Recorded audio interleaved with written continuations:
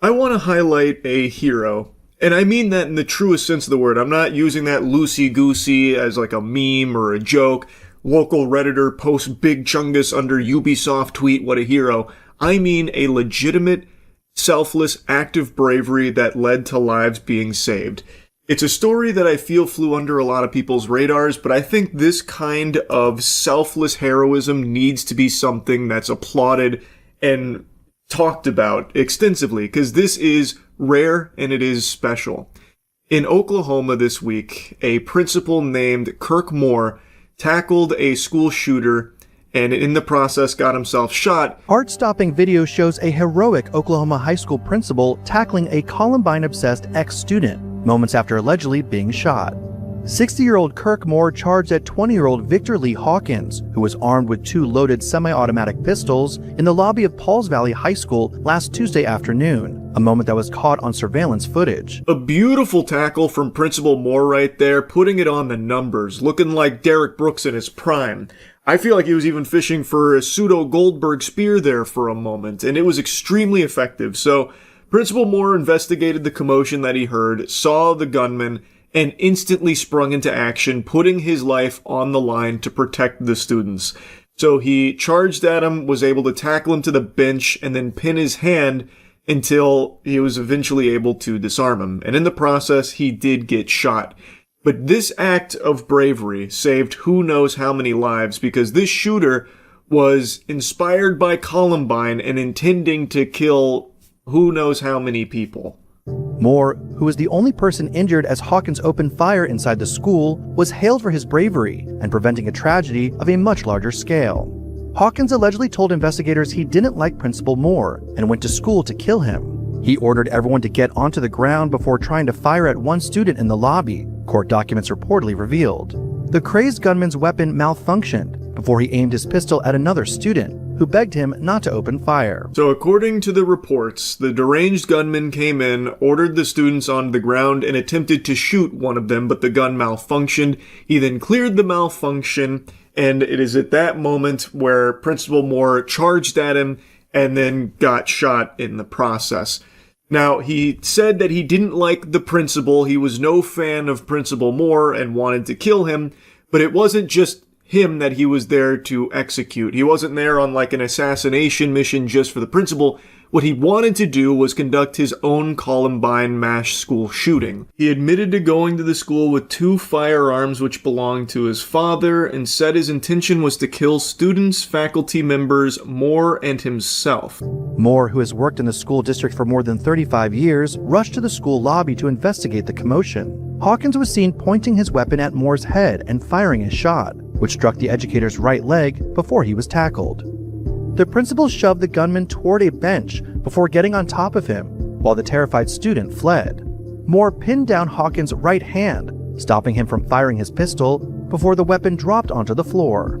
Another adult male wearing a red shirt and beige pants sprinted into the shot before helping Moore and kicking the gun away. You can see the gun was pointed directly at Principal Moore's noggin. It is a miracle that it missed and hit his leg instead, because that easily could have just been curtains right then and there. But the heavy balls on Principal Moore could anchor a cruise ship. Holy cannoli. So he charges at him, again, putting his life on the line to protect the students there, tackles him to that bench, and then he uses like fucking Viltrumite level strength to pin him there. The way he like grabs his skull, I thought he was going to pop it like a scene out of Invincible or something right there. He's got him like fully immobilized there with his grip strength, and then squeezes his arm until he eventually drops the gun. Hawkins has been charged with shooting with intent to kill and other firearm-related charges and will appear in court on May 8th. Meanwhile, Moore said he's healthy and recovering after being hospitalized. In every sense of the word, Principal Moore is a hero. Who knows how many lives he saved that day? And he did so while putting his own life on the line to protect them. That is the most commendable action a human being can take. He exemplified true, selfless bravery in the interest of protecting others.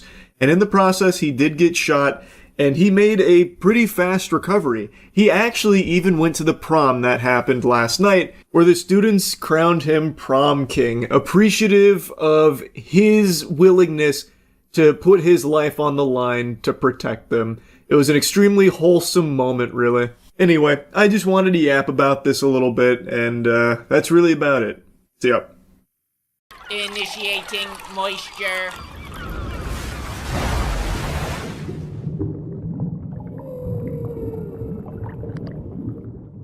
This may come as a shock to some of you, but I don't like Angry Birds. Never liked it, never really got into it. So that being said, I never dove into the mythos of Angry Birds, deep into the lore. I didn't have the compendium of all the exposition or the intertwined deep plot threads the mobile app offered or anything like that. I just didn't give a shit about it. I didn't like the game. Now, I know to some of you that might be blasphemous. Maybe you're shitting your pants and vomiting because you're so disappointed. I really don't know. I don't know if Angry Birds is still even popular.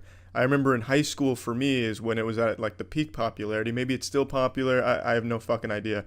That being said, I also never saw the first Angry Birds movie, which is something I've never done. If there's a sequel coming out to a franchise I haven't seen, I'll watch every goddamn entry in that franchise, prepare for it, to do my due diligence as the top tier movie reviewer that the internet has to offer, its champion. But for Angry Birds, I figured it couldn't matter less, and it didn't. I didn't need to see the first one to understand the characters, what was going on, or anything like that. So the movie's not bad. It's exactly what you would expect. It's well animated, and definitely makes some kids go ha-ha, as evidenced by the theater I sat in, surrounded by children yet again. This is much like Dora the Explorer last week, which was a humiliating experience. This one wasn't as bad because I like animated movies anyway, so it's not like it was the worst thing in the world. But this one's not like a great animated movie or anything, especially if you're an adult and sitting alone in a movie theater at 25 years old, trying not to get laughed at by everyone that's significantly younger than you, because you're there alone, probably scaring people. But it's not bad. The well-animated story's simple, jokes as low as they come. I just really don't have a whole lot to say about it. It's an extremely forgettable experience. There's not a whole lot there for adults to enjoy, so you probably won't have a whole ton of fun if you're taking your child to it. Unless you're like a super diehard Angry Birds fan where you're using like Angry Birds condoms and shit. Your fucking plastic plates and shit have got Angry Birds on it. In that case, you should probably be admitted to Arkham Asylum anyway. And even in that case, I can't see you coming into this movie and coming away from it saying, yeah, I had a super great time. Because it really caters almost exclusively to the interior of your Rolls Royce. Yeah, I thought so. Luckily, in this case, it was just a thought experiment, but what if I told you this actually happened? And then what if I told you it didn't actually happen and the claims were actually caught when they took a closer look at the footage that was submitted? It is fucking incredible how awful it looks. It's like if I had my buddy Eric dress up as a bear for like a child's birthday party or something. And they just have this guy go into their car and just do this a little bit. It was so interesting. And somehow it took this long for them to get sentenced. I won't spoil the surprise there, but I bet they are not happy and are very much regretting this plan here, this dubious plot. Now, I want to be clear, it's not that it's unbelievable a bear would break into a car. In fact, there's a lot of footage of that happening, which is probably why they chose this in the first place instead of having it be like the fucking chupacabra. We got some brisket if you want. Oh my. He's opened that door. Oh my god. Psst. Get out of there. Oh my god. No. Hey. Oh my god, I got You won't be laughing when that dirty bastard hotwires that car and pit maneuvers your ass to try and confiscate the footage to hide the evidence. It is impressive, actually. To me, that's no laughing matter. That's fucking terrifying if we gotta worry about bears opening the car doors, breaking in, and stealing our loot or something, you know what I mean? So, and it's more than just this. This isn't the only guy that can do it there. Bears are impressive. Somehow, they've been training. They've learned how to do this for a lot of cars. I forgot to turn off the face cam for this one so you can see me nodding in approval here, impressed by the bear's ability to get into this vehicle, and they eventually steal something out of the back seat. It was like a bag of diapers or something, I'm not really sure. But the point is, I know bears can open car doors, But what you'll see in this insurance scam doesn't look like that at all. It looks like just a dude going up, opening it, and then crawling around. It's incredible stuff.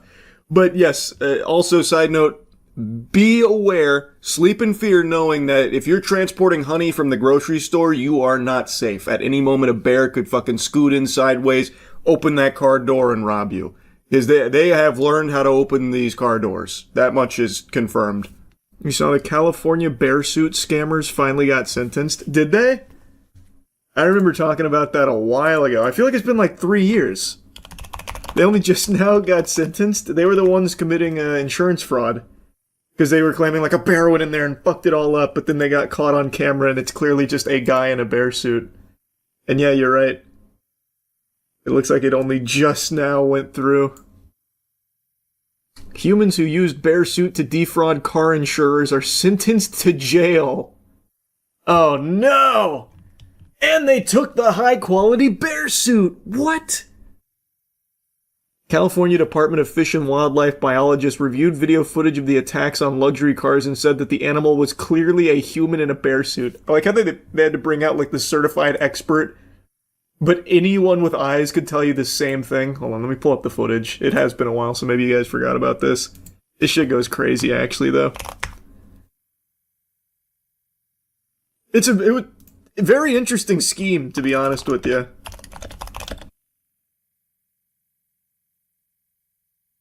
Get ready to cover your eyes. It's horrifying. That's a bear in there. Watch out! It's ruining the luxury vehicle. I think that's a Phantom, it looks like. I can't really tell. I don't know cars well enough, but that looks like a Phantom.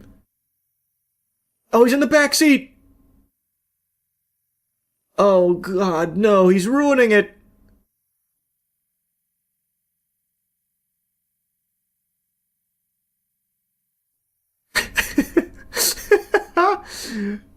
What's he doing, that degenerate? Oh, the bear's gooning in there. No! He just bought that car, too. Wow. That's brutal stuff, man.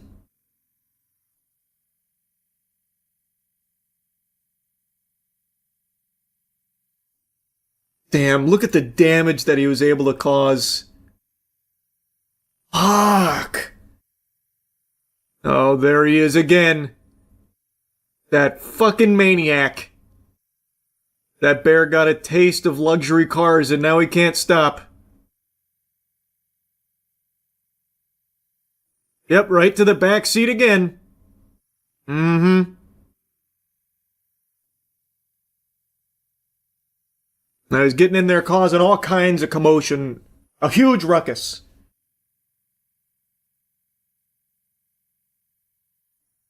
Oh, wow! He totaled it.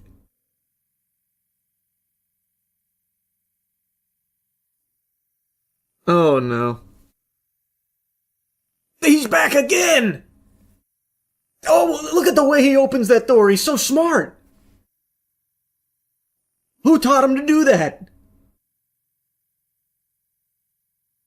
Apparently they're going to jail for this, by the way. Imagine going to jail because of this fucking scam. Absolute losers. Holy. They forgot to draw a sea bear circle around the cars. True. I truly cannot believe the horror there. So what did they rule?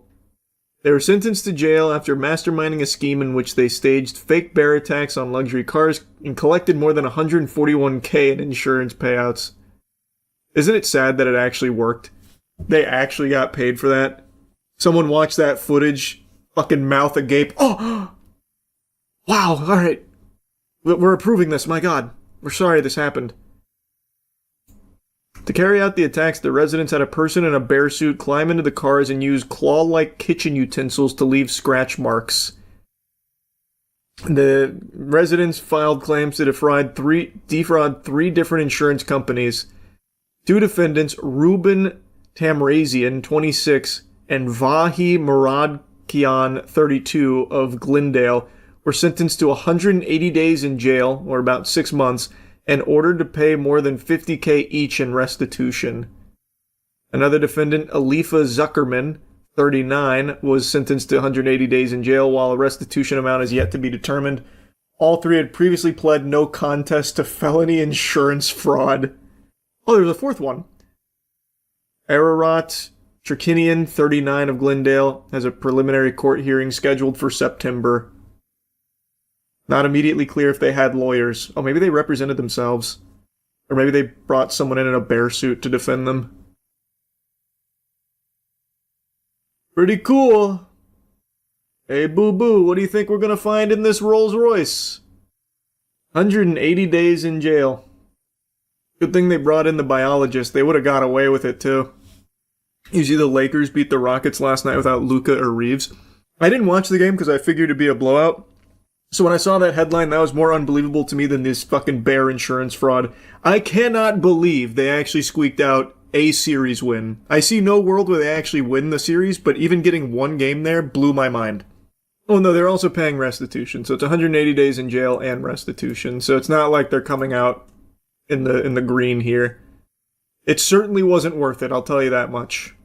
Yeah, this is just downright evil. A French streamer named Jean Parmenov, real name Raphael Gravin, has passed away in his sleep on stream after this marathon stream that he was a part of, where his friends, and I wouldn't call them friends, they are like actual demons, basically just abused him, beat him, fundamentally tortured him, made him consume dangerous things, and then he went to sleep and died in his sleep. He was 46 years old, and the exact cause of death is currently being investigated. Jean Parmenov was mainly a gamer, and then over time grew a big following and started doing like more IRL streams, and from what I can gather, more like extreme challenges. But what happened during this marathon stream where he ultimately passed away was something that he was not a full willing participant of, as evidenced by what he would say during streams, as well as a text message he sent to his mother just days before his death. He allegedly sent this to his mom shortly before he passed. "Hey mom, how are you? I'm sick of this game. It's gone way too far. I feel like I'm being held hostage by their awful concept. I'm exhausted. I want to leave, but the other guy won't let me. He's holding me hostage." The other streamers involved here are trying to claim they had nothing to do with it, and then even posted some very heartfelt messages about his passing and how much he meant to them. But if you watch any of the footage, and I don't know what I can and can't show you here because it is actually torturing this guy, and then he eventually dies. Like, if you just watch that, it's very clear this isn't a man they respected. This is someone they treated like a human punching bag. On t'écoute. Ouais, ça va. J'ai jamais touché vraiment. Vraiment.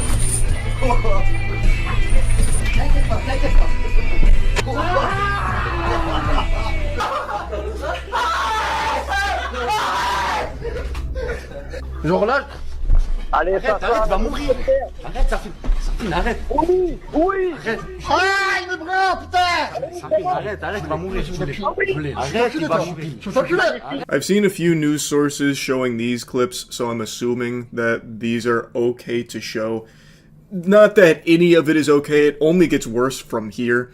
But as far as what they did to this man and the abuse that he endured, this is like the lowest level of it. Not that there's a such thing as diet torture, there's no such thing as like a tasteful amount of torture, but as far as like clips I can show you of just how awful it was, this is, I think, the limit of what I'm allowed to show. It is shocking that it went on for so long. Like, this was not just like a one-time thing, this was a recurrent gag on their streams where they bring Jean in and then they all just turn into like the toddlers from Weapons and start like ripping at him, beating him, insulting him. Like they really treat him like their prisoner, like a dog's chew toy or something. It is foul. And they have the audacity to claim that they did nothing and that they are blameless in this death. Like, oh, it was just such an unexpected tragedy that he passed away. No one could have seen it coming. I think any sensible person will look at all of the evidence that they themselves filmed on stream and be able to say with high level of confidence that they definitely had a hand in his untimely death. Two of the streamers directly involved in this have made statements where they're trying to put on this facade of grief, but I don't buy it at all. The first comes from Naruto, which is a wild name for a piece of shit like this to have. It's been a while since I've seen the show, but I don't recall Naruto ever being a huge advocate for torturing innocent people. Anyway, his statement says, I've always dreaded writing these words. Sadly, last night, JP, Raphael Gravin, left us. My brother, my sidekick, my partner, 6 years, side by side, never letting go. I love you, my brother. We will miss you terribly. Please respect his memory and don't share the video of his final moments. For his family and for us, his second family, rest in peace.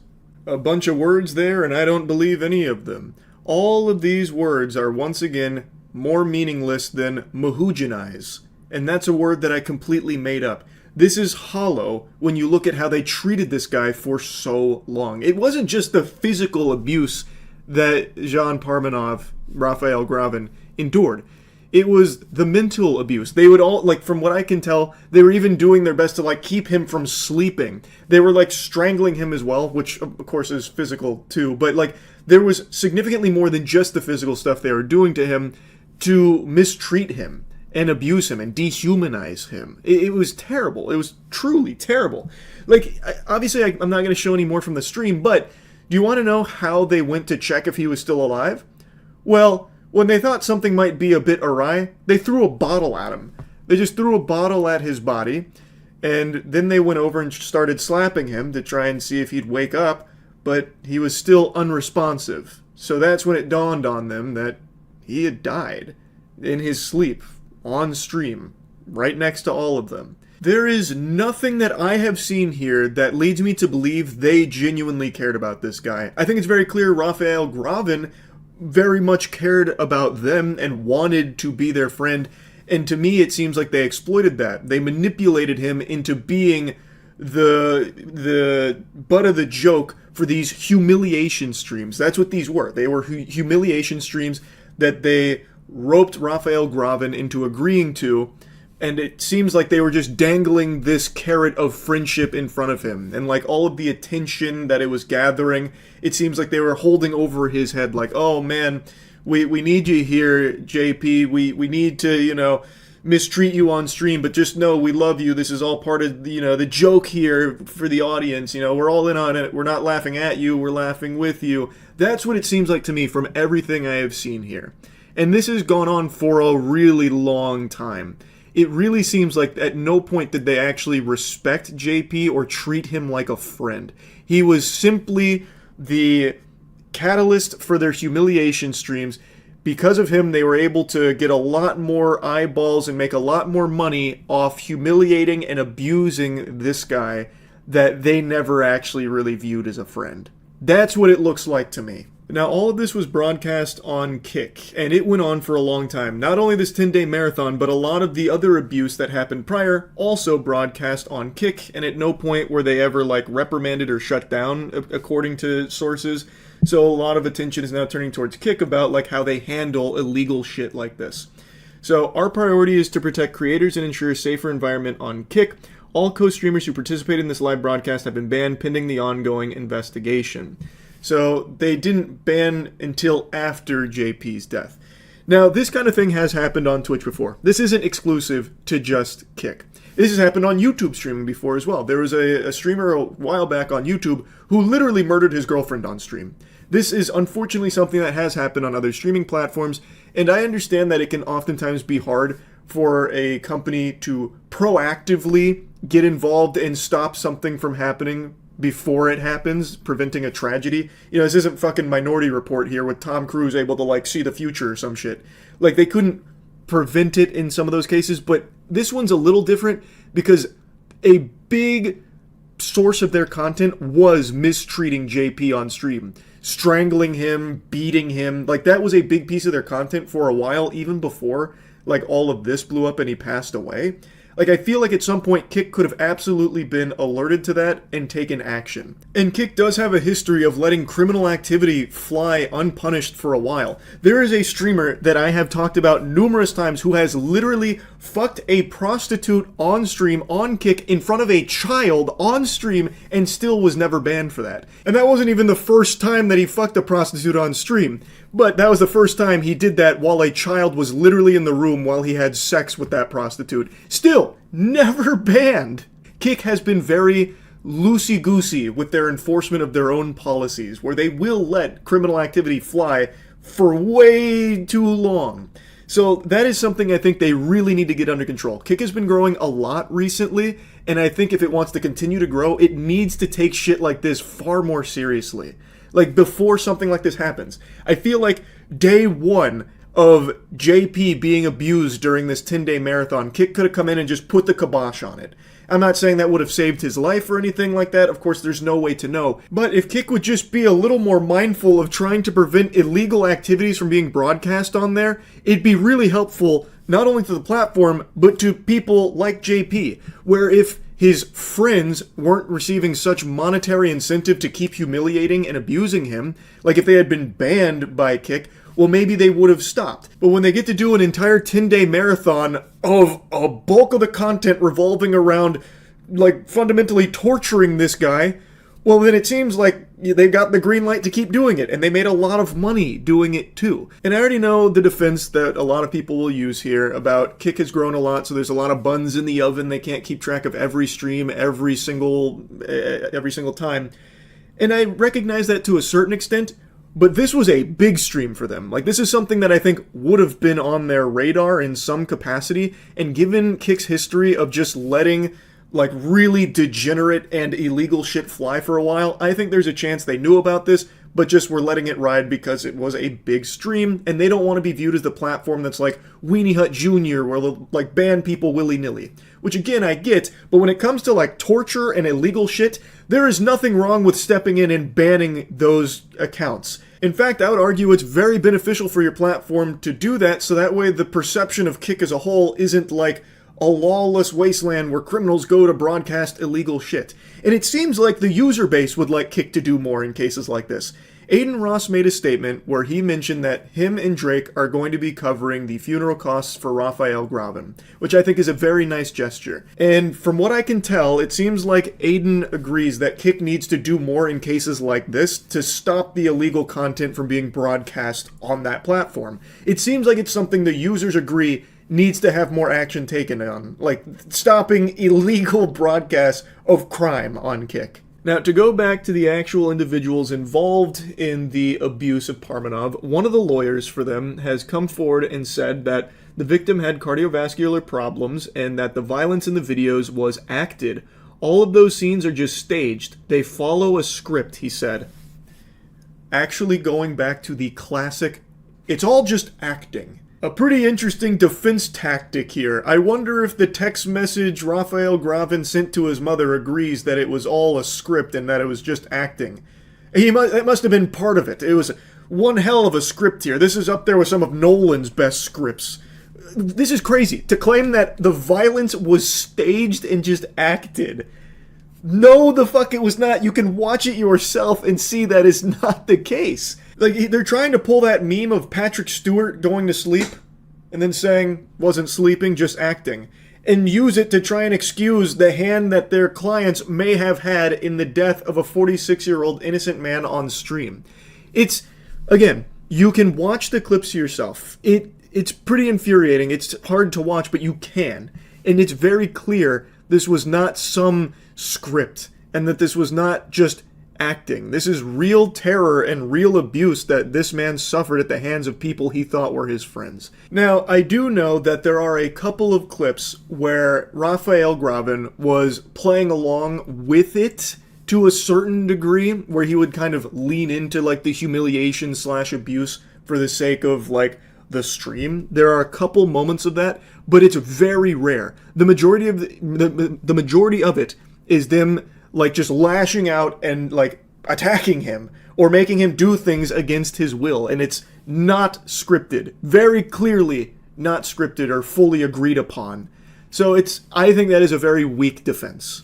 I guess we'll see if the French courts agree, but I really think you can say with high confidence that this stream and these streamers did play a role in what ultimately happened to Raphael Graven.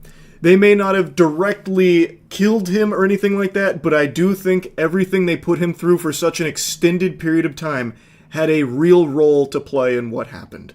It's sickening. This stream was hard to watch the clips from. It was brutal. Anyway, I had to talk about it a little bit. It's just so fucking crazy. That's really about it. So yeah. So I just saw Him. This is a movie that a lot of people are clowning on. It's not doing too hot right now. People are taking their turns spitting at it. And now that I've seen it, I'd like to weigh in. Is everyone blowing it out of proportion, or is this film really as bad as everyone claims it is? Kinda. Like, it's not a good movie, but I don't think it's, like, unwatchably horrible. There was real potential here. The concept alone I find kind of fascinating. A football horror movie. There are so many elements you could explore there, from like CTE and stuff like that, and then play with the audience's perception of it. And I've seen other people mention this, but you also have like the built-in goat, where it symbolizes something more satanic, and maybe exploring like what it would mean to sacrifice everything to become the best at it. All things I feel like would be a fucking easy touchdown here for them to explore with this movie, and kind of expected them to. But it doesn't. It's a film that doesn't really have anything that it wants to get across to the audience at all. Most of the movie is kind of just like a bunch of scenes thrown together without really giving you any reason to care about, like, even the main character and what he's going through. Which is a shame, because the performances across the board are really strong, especially Marlon Wayans. I actually thought he did an amazing job as the villain here.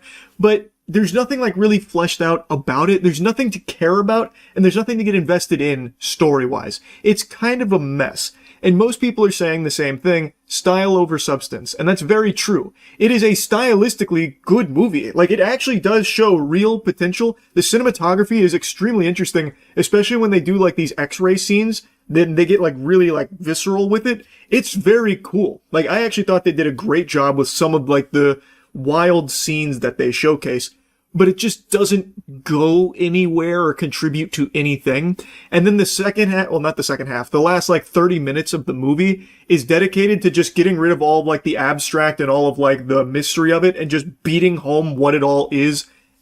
Spoiler alert, it's like cult ritualistic shit. That kind of thing. And then it all of a sudden, all at once, just becomes like a normal Hollywood slop buffet, where it even ends with Cameron Cade, he's the main character, going on a killing spree, taking down all the bad cult members with a sword and an axe, like chopping their head off and disemboweling them. It's very goofy. And it like completely betrays everything else the movie like seemed to want to be, like very artsy and very interesting, like aesthetically. But again, like, it just feels like this film didn't even know what it wanted to do with this concept. And it is a good concept, just poorly utilized. Also, I think a lot of people are extremely misled with this film. I've seen a lot of buzz about how Jordan Peele fell off. Man, is he washed? Because the marketing for him has Jordan Peele's name all over it. Like, if you didn't know any better and you were just going off the trailers, you would think Jordan Peele personally made this film with his own two hands and his own blood, sweat, and tears, start to finish, and no one else even worked on it. His name is plastered all over this film for their marketing push. But he didn't direct this movie. He is a producer of it. He had, from what I understand, no hand in the actual making of this film. He was a producer. So this is not a Jordan Peele film, but because his name is like attached to it, they decided to go hog wild with that as like its main marketing hook. It's pretty shameful. It's very misleading. So a lot of people, I think, probably expected this to be a Jordan Peele movie, but it's not at all. Anyway, though, to lay like the foundation of what the film is even really about, Cameron Cade is the next up-and-coming great, and there is a football player named Isaiah White, played by Marlon Wayans, who is the undisputed GOAT. He is the best to ever play the game. He is football, damn it. And he is on the verge of retiring, and everyone's looking to Cameron Cade to fill his shoes. He has all the makings of being the next great. But he gets attacked and gets a very severe concussion that then ruins his chances of making it to the league because he has to skip the combine. And Isaiah White decides to kind of mentor him, let him suckle from his bosom of greatness to try and, spruce him up, get him back on his feet to recover from this injury so he can be the player that he should be, that everyone expects him to be. So he takes him into like his training camp, his boot camp, which is just hell. And it's real weird and wacky. And Isaiah, he's kind of all over the place. He's on edge. He's fucking going Insano style. And he's like being tortured almost in order to like bring out his greatness. And there's people that are getting, even killed going through all of this training. And you, as the viewer, are left wondering, well, what's it all mean? What's it all for? And the answer is crickets. It's fucking, like, it doesn't go anywhere. At the last 30 minutes, they basically just tell you, oh, it turns out it's a cult, and they pass blood down from one generation of goat to the next. And this is their passing of the torch. But Isaiah doesn't want to give it up without a fight, so now they both have the blood of the goat in them, and one has to kill the other, and then sign the contract with the devil, basically, in order to be the next best football player. And it all happens like that. So they build up like this slow, abstract, like adventure that never really says anything, and then at the end it just fucking vomits it all out at once. It's just kind of lame. I just think they didn't know what they wanted to do here. It felt like the writers were concussed when they were coming up with this. Like, they had all of these ideas, but they didn't know how to make them work together. And at times, it feels like they didn't even know what kind of movie they were making in the first place. Like, it wants to be really artsy and even abstract pretty often, yet it doesn't commit to that at all. Like, it completely gets rid of that by the end anyway. And even when they were in their, like, artsy-fartsy, pinky up mode, it still wasn't saying anything. It wasn't even delivering a message. It was just feeding you chaotic scenes with, like, a wacky score, like a wacky background music and noise making to make it feel eerie and deep. But it doesn't actually do anything. And it feels like it wants to do everything at once. So, like, it's billed as a horror movie. It's not one. Like, there's nothing scary about this film at all, and it doesn't try to be. But it does borrow something from the horror genre, like 2 jump scares. And then they introduce, like, these cultish fans of Isaiah White who only have maybe 2 minutes of screen time, where one of them comes in and tries to hit Cameron with a rock, but then she gets choked out and then thrown against a wall. Again, the idea would probably be to play off of, like, how, sports fans will sometimes worship their favorite player. And, like, there's potential there to explore in a film, but this is not the one that does it. It doesn't even, like, begin to. It just takes, like, the general idea of it and shows you, like, a brief snippet without ever, like, diving into it or giving any kind of, like, actual commentary on it or a resolution to it.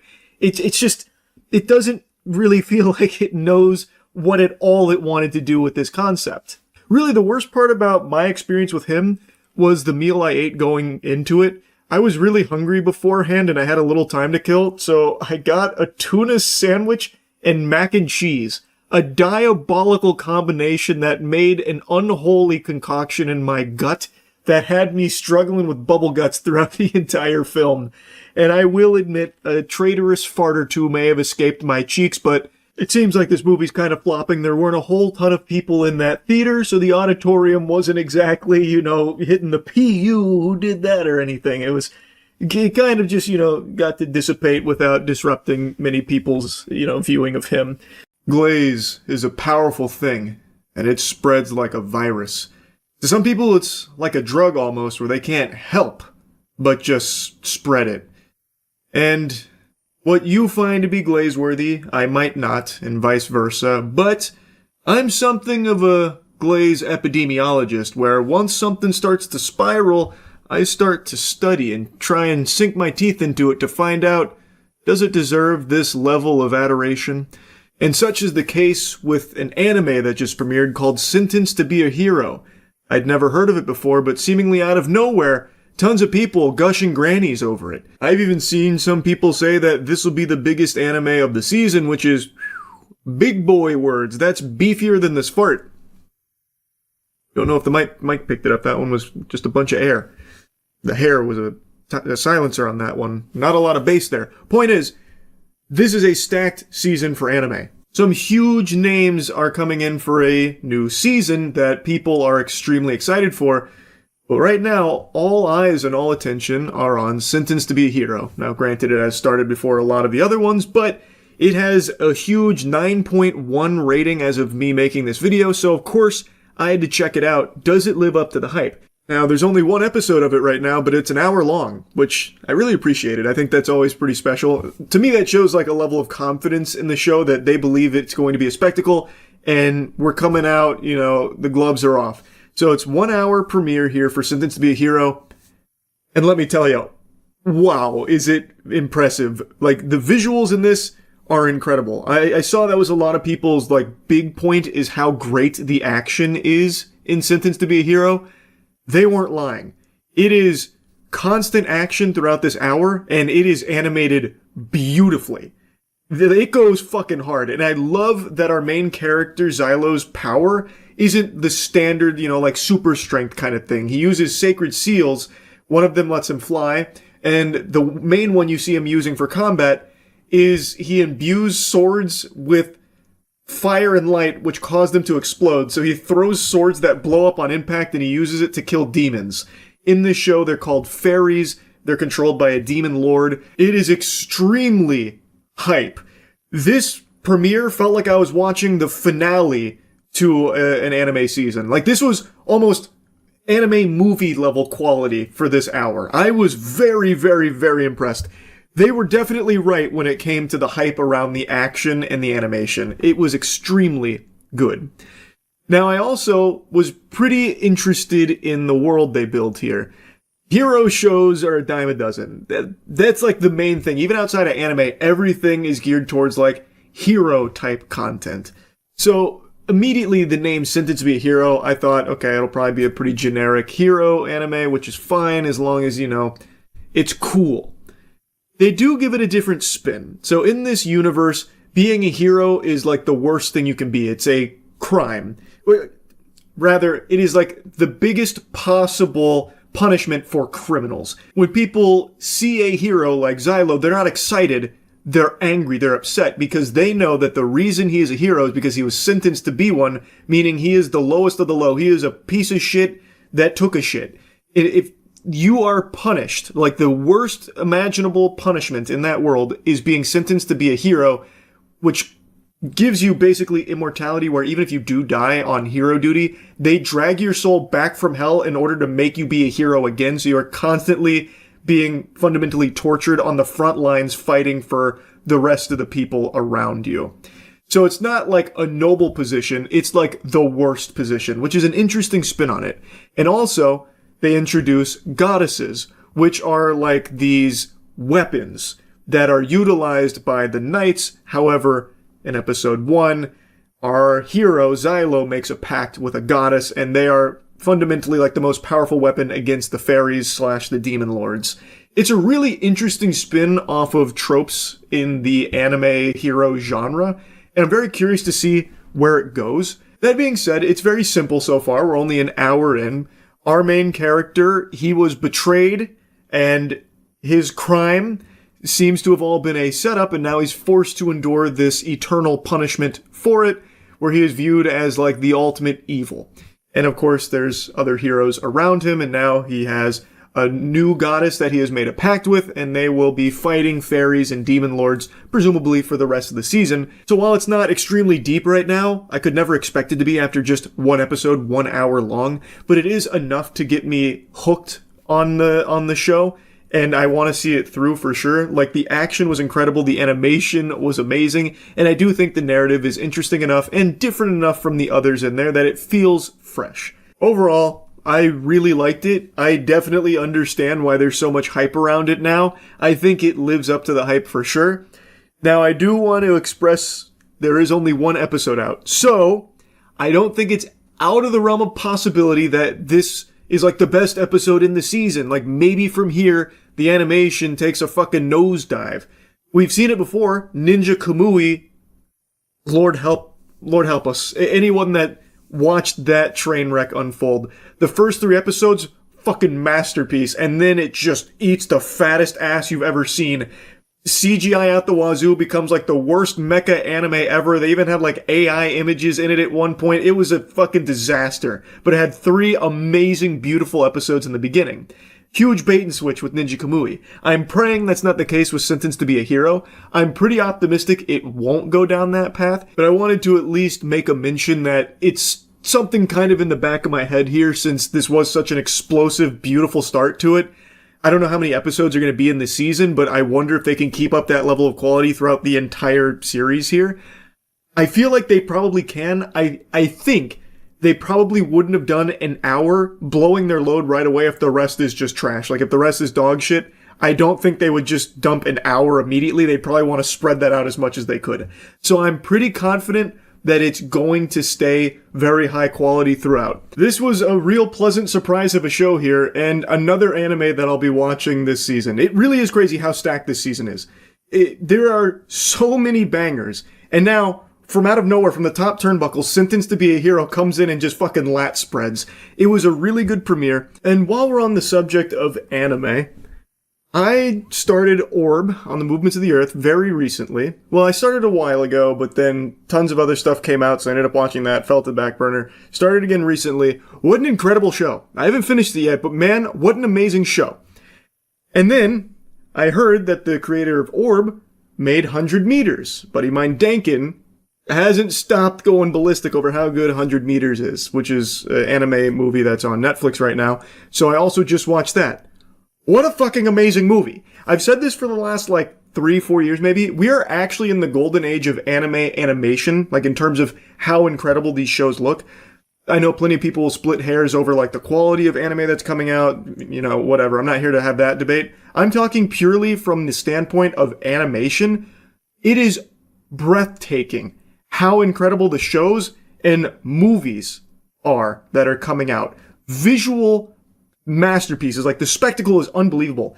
In 100 Meters, there is a 3.5-ish minute continuous shot that is painstakingly rotoscoped frame by frame. I looked it up. It's 9,800 or something drawings just for that one section. It is a clear labor of love, and the passion is oozing out from that film every second. I was really, really, really impressed with 100 Meters. And I'm really enjoying Orb, so I'm definitely going to be finishing Orb as well. Big fan of that creator now. Back-to-back bangers I really liked from them. I just wanted to briefly mention that here since I'm just yapping about anime. Incredible stuff is coming out right now. And like I said, this season is so fucking stacked. Also, Fate, the new Fate series just started. It just had its premiere. I haven't seen that one yet, but apparently it's really good. So anyway, yeah, back to the whole point of the video. Sentenced to be a Hero. Great start. Excited to see more. That's really about it. It lived up to the hype. That's about it. See ya. I'm not gonna lie, that second video title has got me really curious. Business owner gets himself and all of his customers arrested? How do It looks like this lady's holding a baby. The baby go away in cuffs too? What happened? How does that happen? Has anyone watched that yet? Is it interesting, or am I being clickbaited? No, it's good. Alright, I'll take a peek. If this is some lame shit, though, I'll be mad at you personally. Okay, everyone, we are here at the Minocqua Brewing Company parking lot. Everybody say hi. Hey!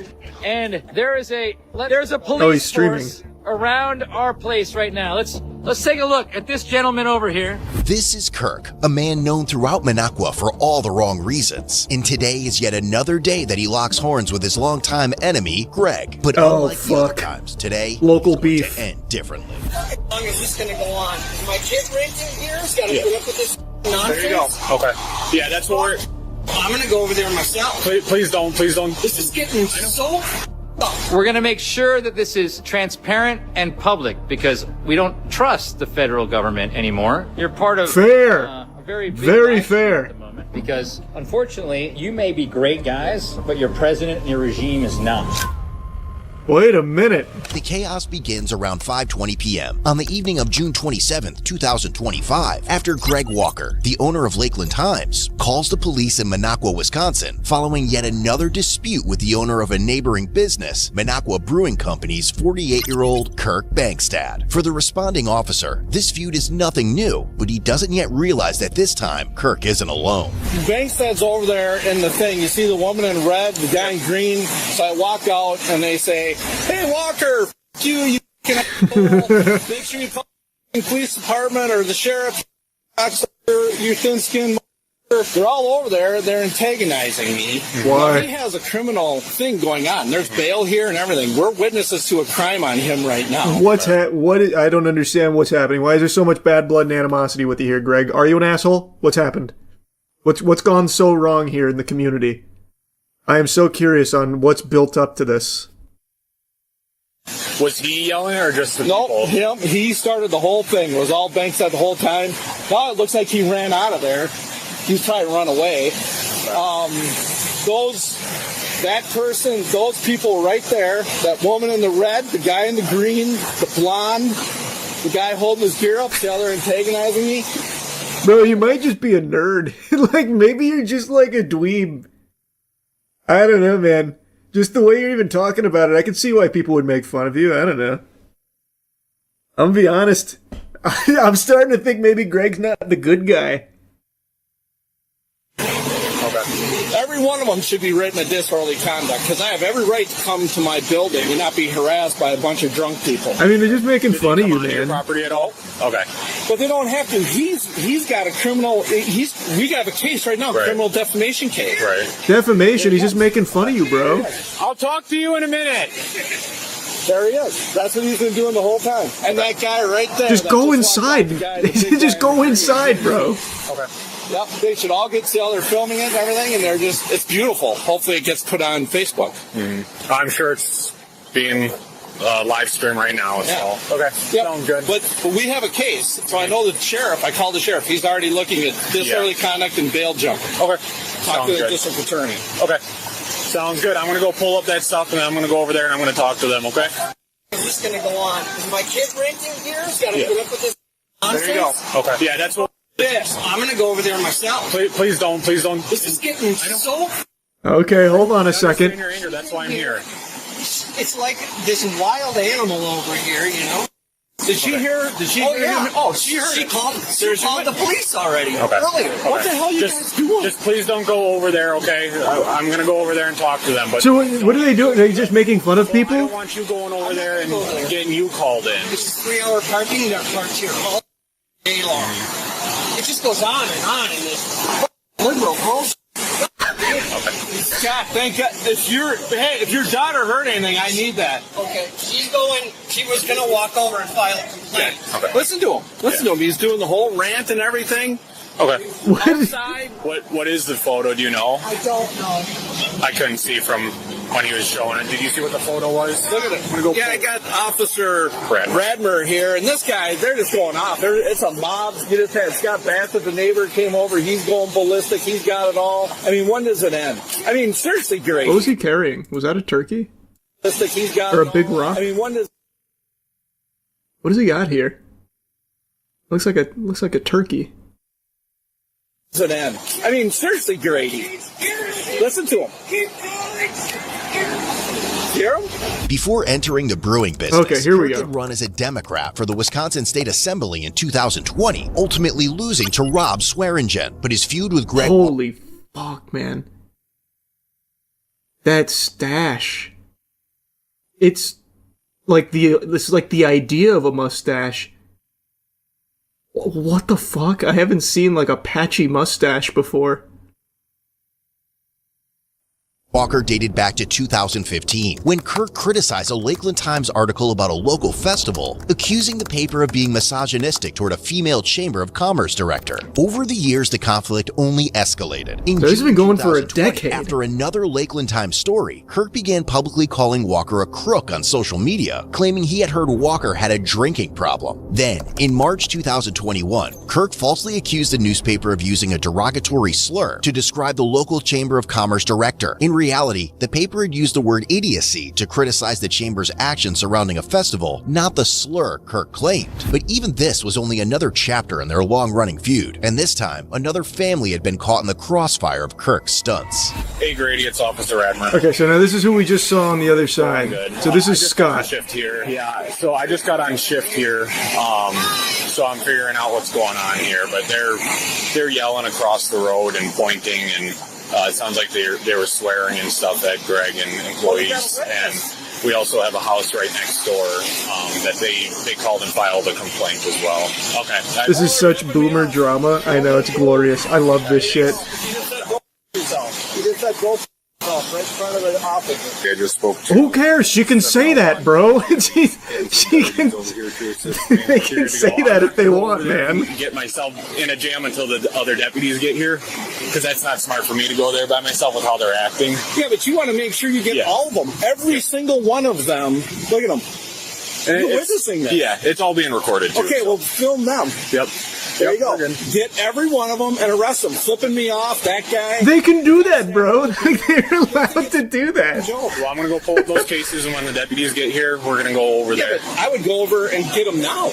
I know, but you have to go over there and fight them if you want, bro. I mean, why are you over here whining about it? Or go inside and you won't hear them. They're all flipping me off. I know. Are you witnessing it? Yes, I am. Beautiful. All right. Do you recognize anybody else? You can't just make fun of people all day.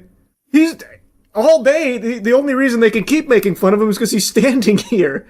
If he just goes inside, it's over.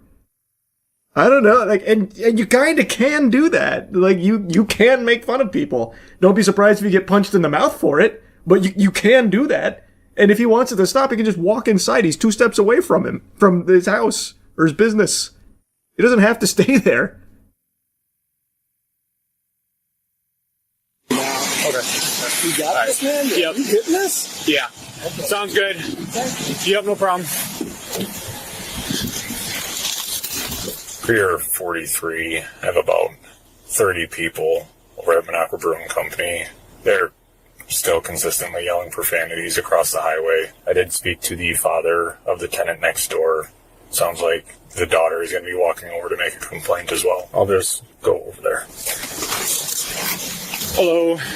You're the one who lives here? Okay. All right. So what can you tell me? He's just been really loud. Like, I've been home for like 45 minutes and he's been like screaming, and then like 5 minutes ago, like just awful. Like that, screaming across the street. Screaming and flipping them off and yelling over here. I'm the one that called.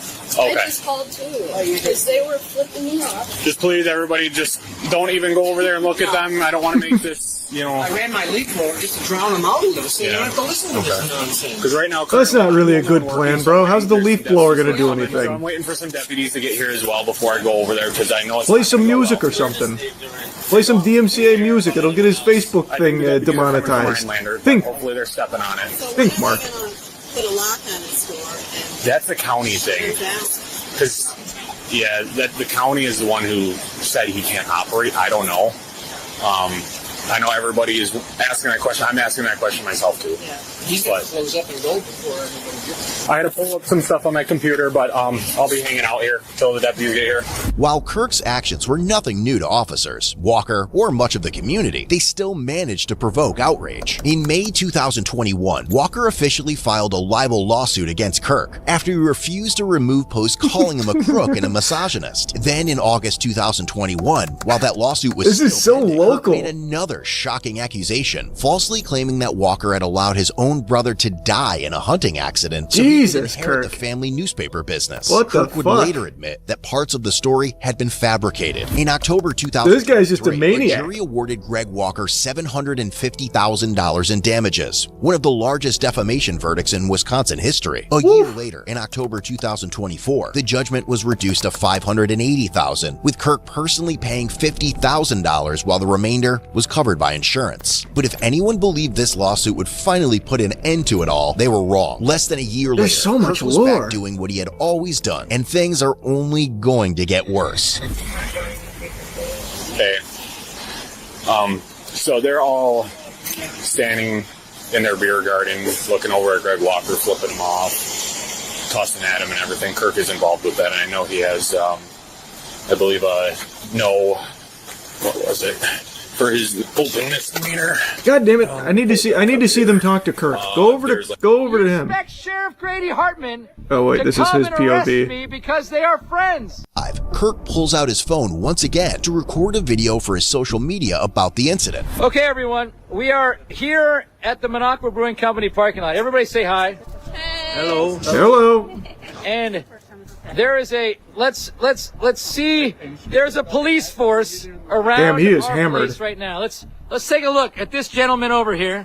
This guy is a Minocqua Police Department officer, and this is Greg Walker. Everyone, Greg Walker, who is the owner of the Lakeland Times, who is we call it the Westboro Baptist Church. We call it the Westboro Baptist Church of Minocqua.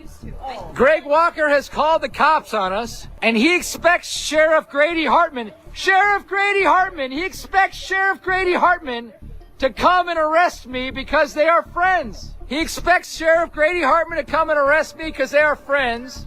And I think somebody else with him is Heather Holmes. Wait, someone just typed in his chat. One person. Blocked by the... God damn it. Like it censored it. Ooh, there is a no contact, is what they said. I don't know how many viewers he has, but this is the first comment that we've seen pop up. So I'm assuming this relates to, like, their litigation. And this guy is saying probably something to the effect of, why are you yelling at him? There is no contact. Something like that, maybe? Sheriff Grady Hartman to come and arrest me because they are friends. And I think somebody else with him is Heather Holmes. What's happening here, folks, is a standoff between the Hatfields and the McCoys. We have the I don't know about that. in the state of Wisconsin, who would be Greg Walker, who owns the Lakeland Times and the, what are we talking about? River News of Rhinelander. We're giving a beer. God damn it. He's actually got some viewers in here. What the hell? Totally disgusting. I can't believe some of the other businesses don't speak up. Is that what? I can't tell if that's for or against this.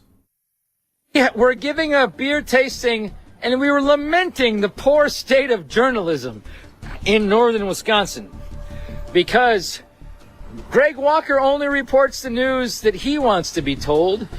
And he also sues people when he doesn't like what they say about him because he's the thinnest-skinned person in the history of mankind. But unlike most other times, he isn't alone. In 2024, Kirk was also charged with criminal defamation after posting a photoshopped explicit image of Walker and one of his editors. Although those rare criminal charges were later dismissed, they resulted in strict bail conditions being imposed on him. But even that didn't stop him. In February 2025, Walker filed another lawsuit against Kirk, accusing him of violating their privacy by using Walker's name and face on his politically themed beer products, including one called Snowflake Holiday Ale without permission. And even now, he's only rubbing everyone the wrong way. I got the whole county coming right now, so I just started my shift. Yeah, I bet he makes it himself. He probably doesn't have a graphic artist. I bet he's making all of it himself. Hey, Greg, smile for the camera. Greg, that's Greg Walker, everyone. Unfortunately, I can't. Oh, here we go. That's Greg Walker. Greg Walker is the publisher of the Lakeland Times. And the Lakeland Times has sued us for defamation. And Greg Walker has called arrest you for what? Having fun? Is what that one comment said. Called the cops.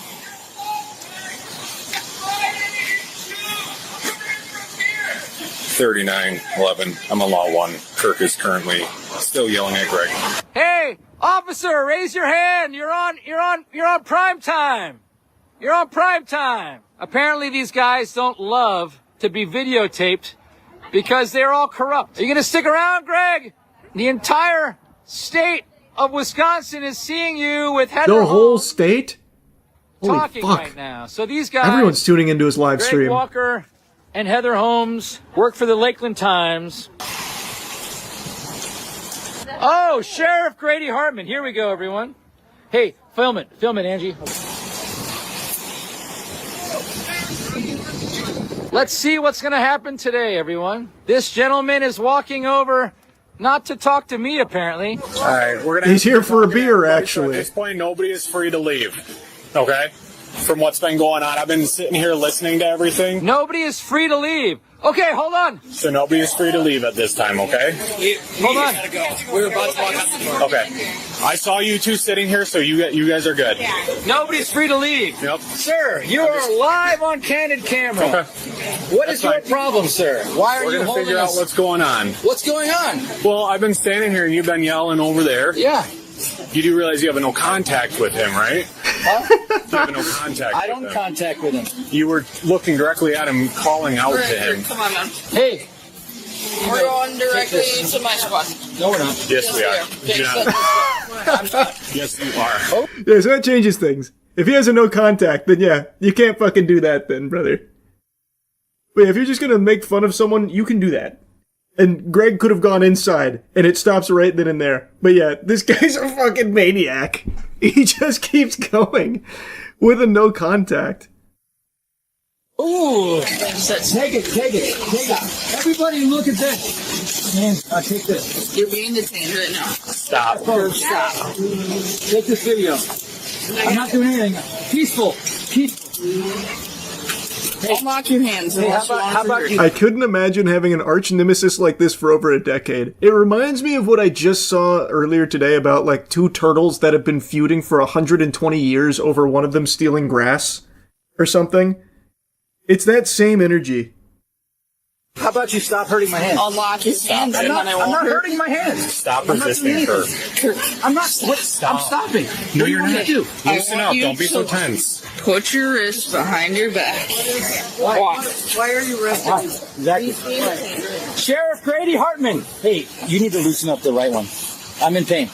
We'll take a look at him, but you were pulling, so that's on you. Can you undo it? I'm in pain. I'm in serious pain. Can you undo it?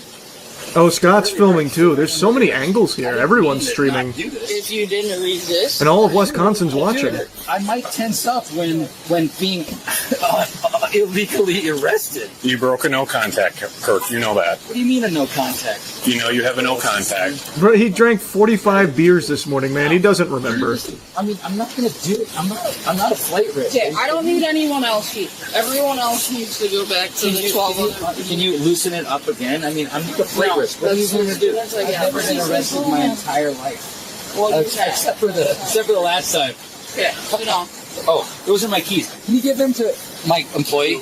Give them to my employee, because... So how do all the customers get arrested? How does that unfold? So we see they got the Cobra Commander here. But what about the customers? Put your hands behind your back. Everybody line up. Him led a consequence. Jack, or flannel. But this time, Kirk isn't going to be the only one heading to jail. Soon, several others will join him after their attempt to support him led to consequences of their own. Alright, as of right now, everybody that's in this facility is being detained until the investigation can be completed. Everyone's going in handcuffs, so everyone can turn around and put your hands behind your back. What? Everybody line up. That's how we're doing it. No, not right now. Literally just walked in the door to have a beer. Well, enjoy jail, Buster. We'll get there, but we gotta figure out what's going on before that happens. Yeah. Figure out what's going on. What do you mean? What? Not right now. They've been in there for like 2 hours. Okay, then you need to go to jail for that. What do you mean your dog's been in your truck for 2 hours? That guy needs to be going to jail ASAP. Definitely got a good case here for this. Well, nobody can leave right now. You're not going to be going to grab a dog. Well, can you go let him out? Which car is yours? Ford F-150, F-151. Okay, we can take a look at that after. What's going on? You know what's going on. Everybody was yelling, hooting, and hollering over there. I didn't yell anything. I was standing there watching. I didn't yell anything. We yelled nothing. We were quiet. I didn't do anything. That's drinking beer. We're going to figure it all out. Oh my God. Doesn't cuss right now. Doesn't cuss. Doug? Who's Doug?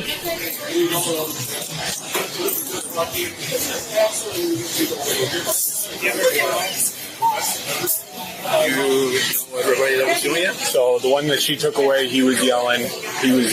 She's saying They can yell. Okay, this makes no sense. They can yell if they want. They can make fun of Greg till the cows come home. Bangstad can't because he has a no contact.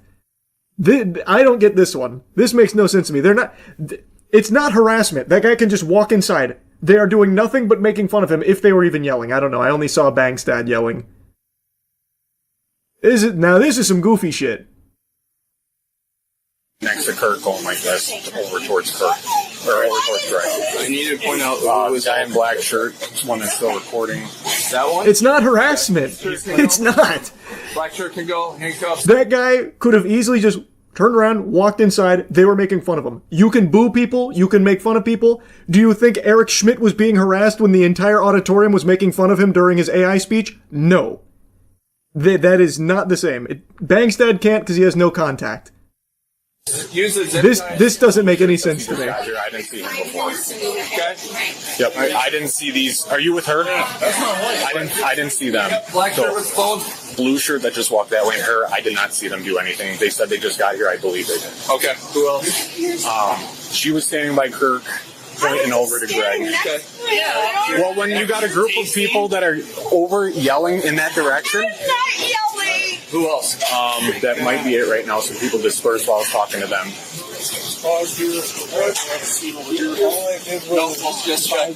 You're an employee. He's grabbing everybody.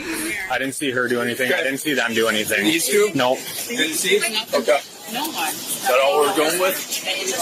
I want her. She goes. I didn't do it. It's ridiculous. I can go across the street and double check that I'm not missing anybody. If you want me to run over there, Run over where? talk to Greg if there's any I'm missing that are here. Yes, please. Are there any over there that you see right now that we missed? She's definitely one. The guy we got his plate. He walked out. He was one that big guy that walked out. He was the same one. Okay. What mean words did he say to you? Right door. I don't recall. Did he call you a loser? These individuals over here on the left, I didn't see them do anything. No, but the guy in the green and the blonde for sure. I think I got video of them. If you do, that'd be fantastic. Collectively, all of them were up in arms. Mm-hmm. Most verbally. She got in the car. I think you got her plate. Yep. Yeah, it doesn't show that. But no, she was definitely one of them. And those two in the corner, for sure, the guy in the green and the blonde. Victim is reporting. Let's see, what were the charges for him? We'll wait for one more. The lawsuit also accuses Kirk of using his foundation's super PAC beer following The Secret Service. of the free beer controversy. Where's the live stream Where's the charges for the form for people? her. She can just fill that out of what happened. All right. Okay. Thank you. Yep. Apart from Kirk, a total of 6 people were arrested during the incident. Each was charged with violating the town of Minocqua's disorderly conduct municipal ordinance. So disorderly conduct. $326 citation, but each of their citations was later dismissed on the prosecutor's motion. Ultimately, that makes sense. Bangstad was charged with because there's no real case there, conduct and bail jumping. Except for he Bangstad. Also received a $389 harassment citation and was released a few days later on a $1,150 cash bond, with conditions that he have no contact with Greg Walker, neighbors, and the other victims involved in the original call. Kirk later shared a post on social media describing how traumatic it was for him to undergo a strip. While at the jail, I was forced to strip out of my clothes and put on an orange prison garb. Search, change into the jail's orange uniform, and be held in a bullpen he said felt like a large walk-in closet that left him feeling claustrophobic. He also complained about the food, claiming he woke up with joint pain and depression after spending the night there. Kirk further claimed that even 36 hours after his release, his wrists still hurt from how tightly they had been restrained during the arrest. As of April 14, 2026, Kirk was found guilty following a no-contest plea of disorderly conduct. The bail-jumping charge and the harassment citation were later dismissed on the prosecutor's motion. Ultimately, he was sentenced to pay a $500 fine along with additional court-related costs, bringing the total to $1,083. Fuck. They ruined him.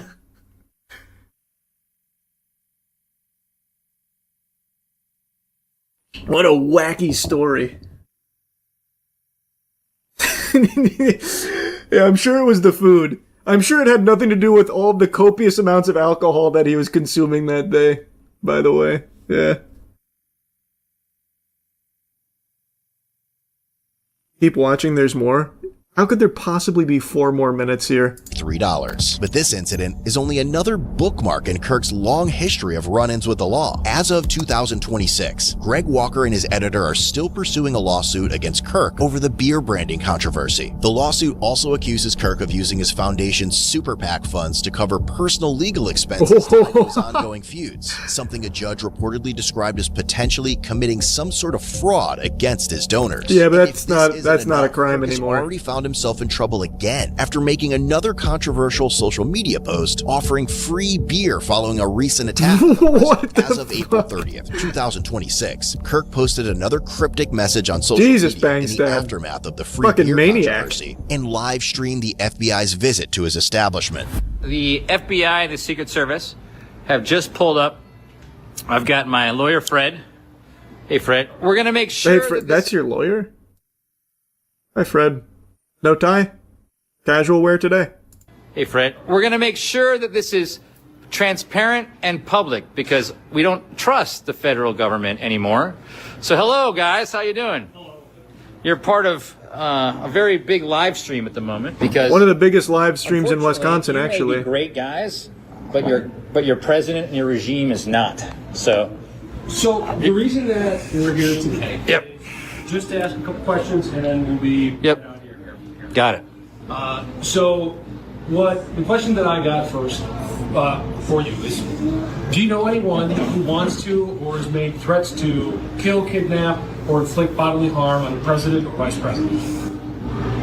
He doesn't. Do you want to kill, kidnap, inflict bodily harm on the president or vice president, or have made threats to do that? I can answer that myself. No, I do not. Do you know anyone who... Can I ask you guys a question? Go ahead, yeah, consensual interview. Is it always black suits? Because it's like Men in Black, guy. It's like Men in Black with a... Oh, this is so sweet now. Kind of, they're all friends. You guys want a beer? A little bit, all right. You guys want to shout some insults at Greg with me? To provide support to do the things that I just listed off of, either kill, kidnap, or inflict bodily harm on the president or vice president. Absolutely not. Do you want to provide support to any of those groups that might do something like that? Absolutely not. Can I expound on that? Please do. Okay, I'm not going to expand on that. Sounds good. Thank you, guys. Appreciate it. Don't do that, These guys Bankstead. are probably not bad. Your lawyer would be very upset if you did. They probably hate their job as much as we hate the federal government right now. They left me alone. We're probably all good. By the way, all you MAGA guys that linked the Secret Service and the FBI, it appears that they don't give a crap about your links, but the You've fact given that you Bangstad overwhelmed some them with powerful links probably allies. forced them to actually come here and question me, which, maybe that's what you wanted. So you got what you wanted. However, First Amendment still rules, and we're never going to stop talking. I'm never... Bangstad. What a crazy story. Over the years, you may have noticed there's a reoccurring side character I talk about on my channel from time to time. Someone who is by all possible definitions a hero, a very, very important presence in this country. And unfortunately, the only time his name is invoked is when there are some villains looking to murder him. Literally slit his throat on the street and spill his blood to our dismay. This is a hero that every normal person should be celebrating. It's like Moomin Rider from One Punch Man. Might not be the star of the show everyone's talking about, but it's someone that everyone should support, except for the bad guys.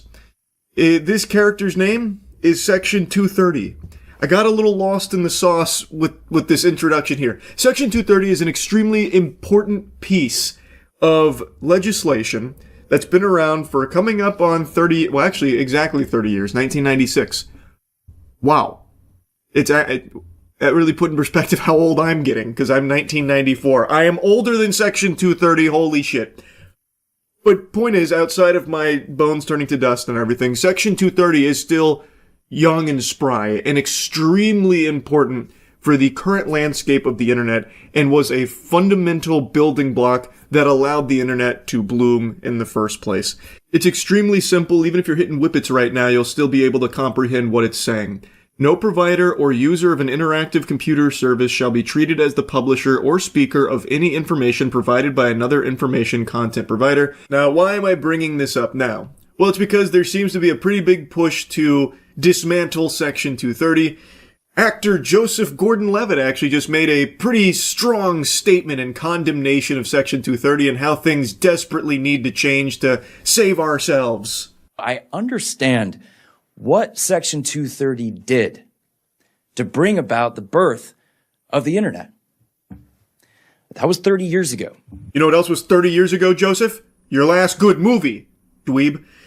So even though it was 30 years ago, it is just as important today as it was then. Now, over the years, I'm sure a lot of you have heard me yap about Section 230 a handful of times because the people in power are trying to kill this fucking thing more often than Kinney in South Park. They hate Section 230. When Democrats were in charge, it caught a lot of scrutiny, claiming that it was enabling the spread of racism and harming children.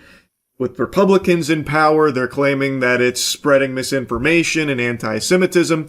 This is a bipartisan punching bag that they desperately want to just beat down. It's just been thorn in the side of people that want to control your speech pretty much since its inception. Since the advent of the internet, Section 230 has been a target for people that want to control your speech and infringe on your First Amendment rights, and dismantling Section 230 would fundamentally change the internet as you know it, and that's not an exaggeration to say it. To put it even more simply, Section 230 allows goobers like me to post whatever they want, saying whatever they want, and the platform itself is not liable for whatever I've made or said.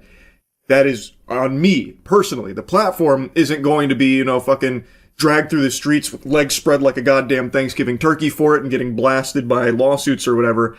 Now, of course, there are limitations in place when it comes to illegal content, things that actually break the law. That is, of course, a very different set of circumstances. That's a different can of worms, and that's handled differently.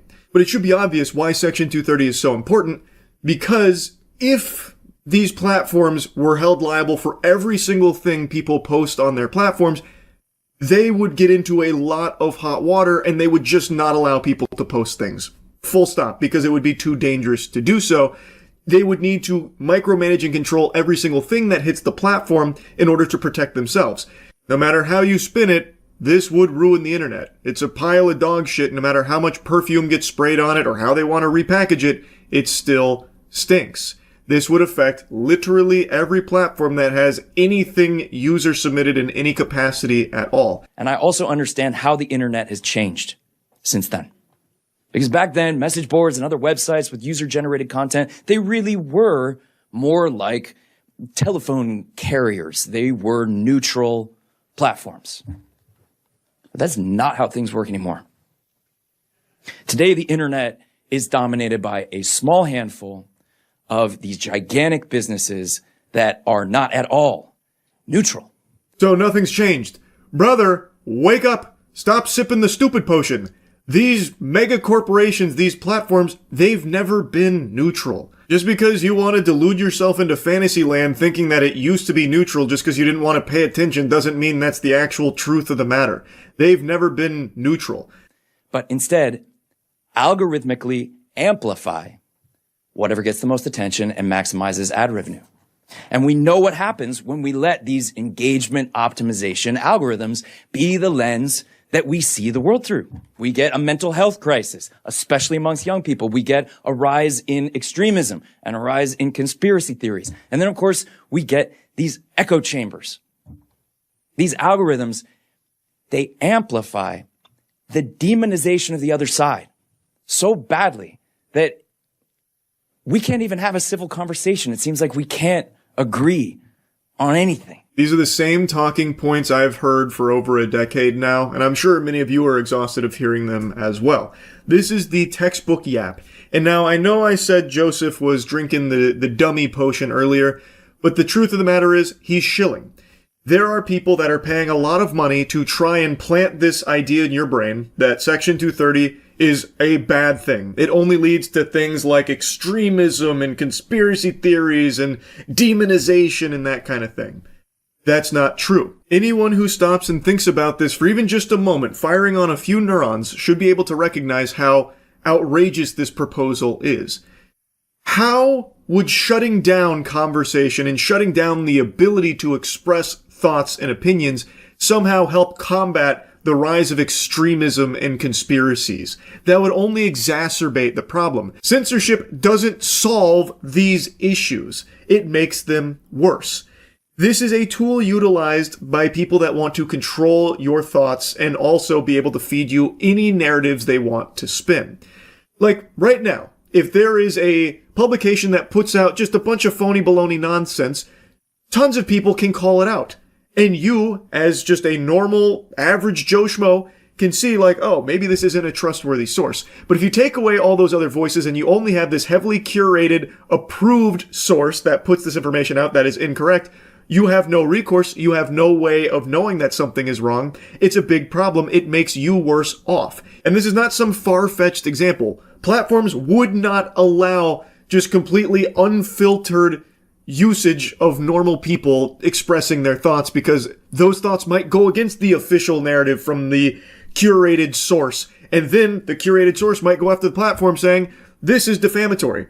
These people have just said something hosted on your platform and we're coming after you with lawsuits. So they just wouldn't allow it. To extend this even bigger, Netanyahu has publicly, proudly stated that one thing he believes Israel needs to focus on is controlling platforms like TikTok. He has said this because he wants to better control the narrative around Israel because, well, a lot of people aren't huge Israel fans these days, if you can believe it. So he wants to control the conversation about Israel through being able to control how it's talked about on TikTok, which obviously would mean anyone that wants to start talking about Palestine and the atrocities and the genocide in Palestine would be muzzled because, well, that would now be something that TikTok would be liable for, and they don't want to take the chance anymore.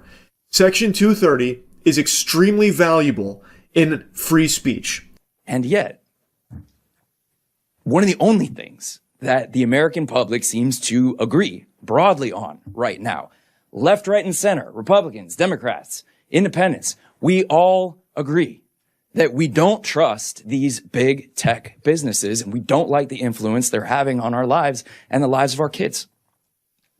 Well, if we want to do something about that, the right first step is to sunset Section 230.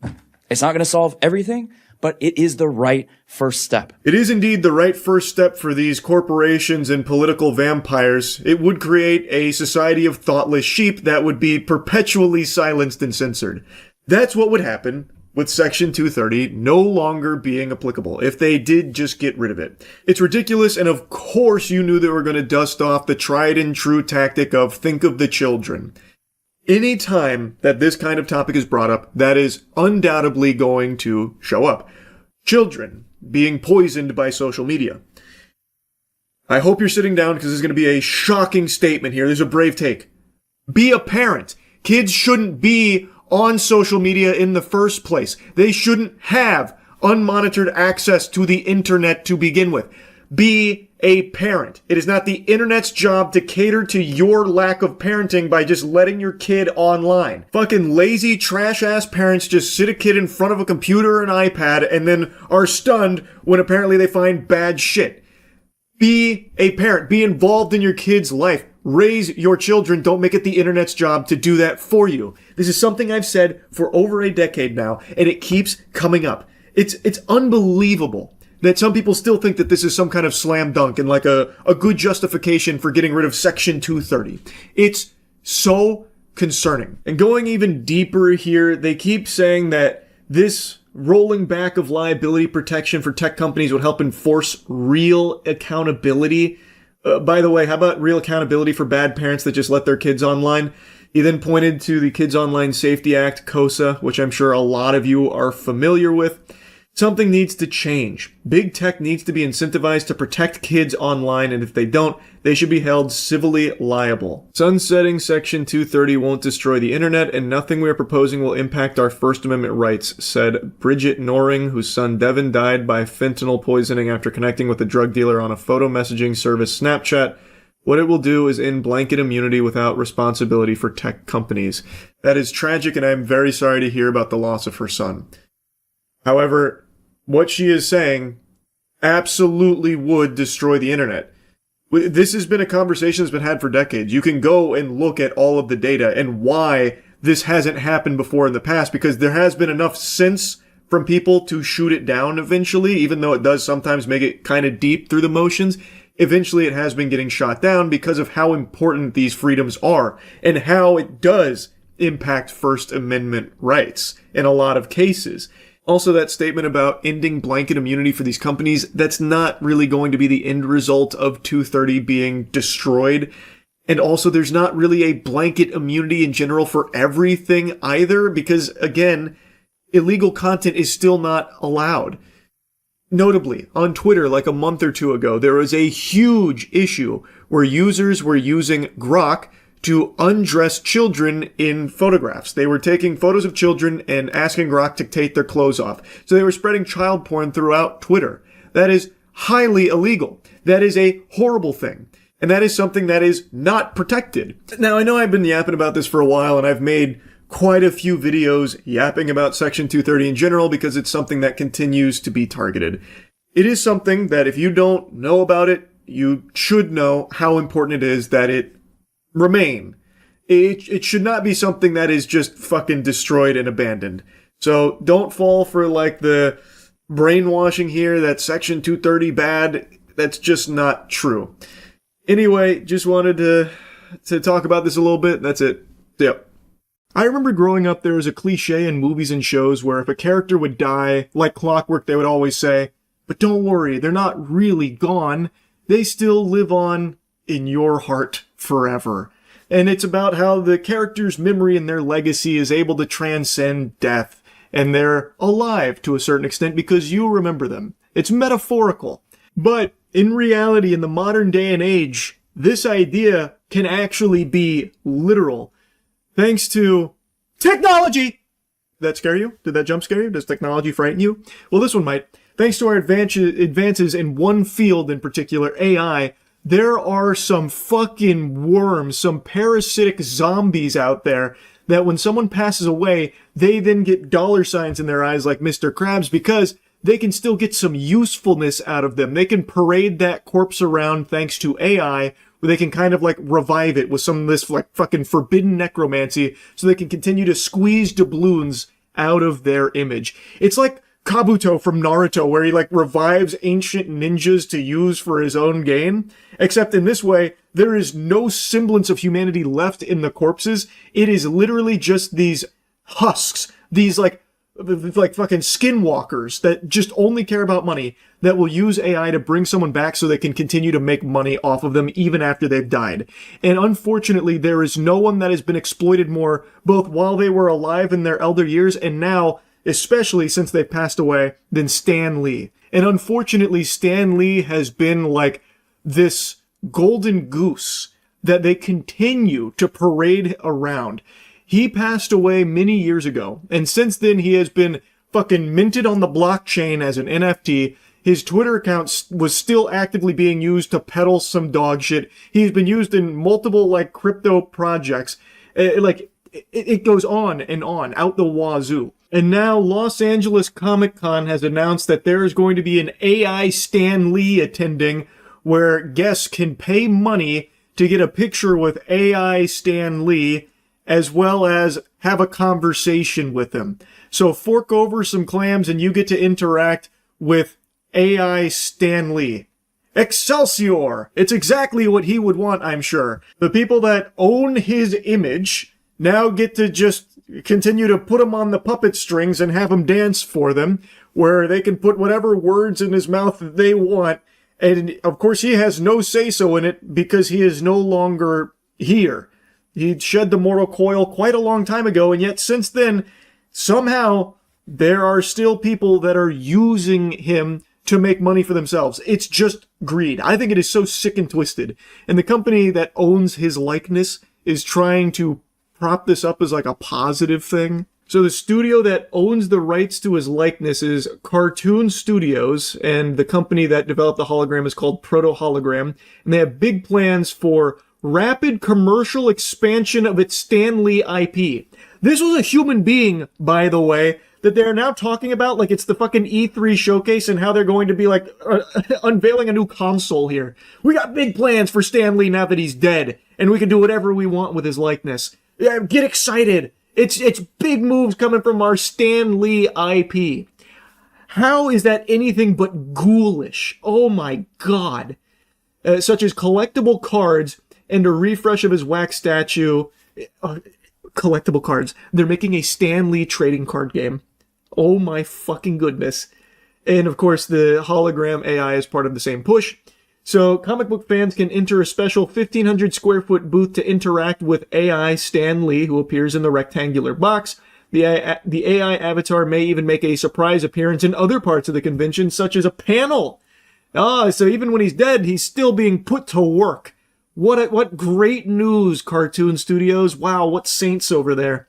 And if being trapped as an AI construct after your death for an eager audience feels a bit like something that would happen in a Marvel comic book, the folks behind the Lee avatar have already worked out a defense of the project.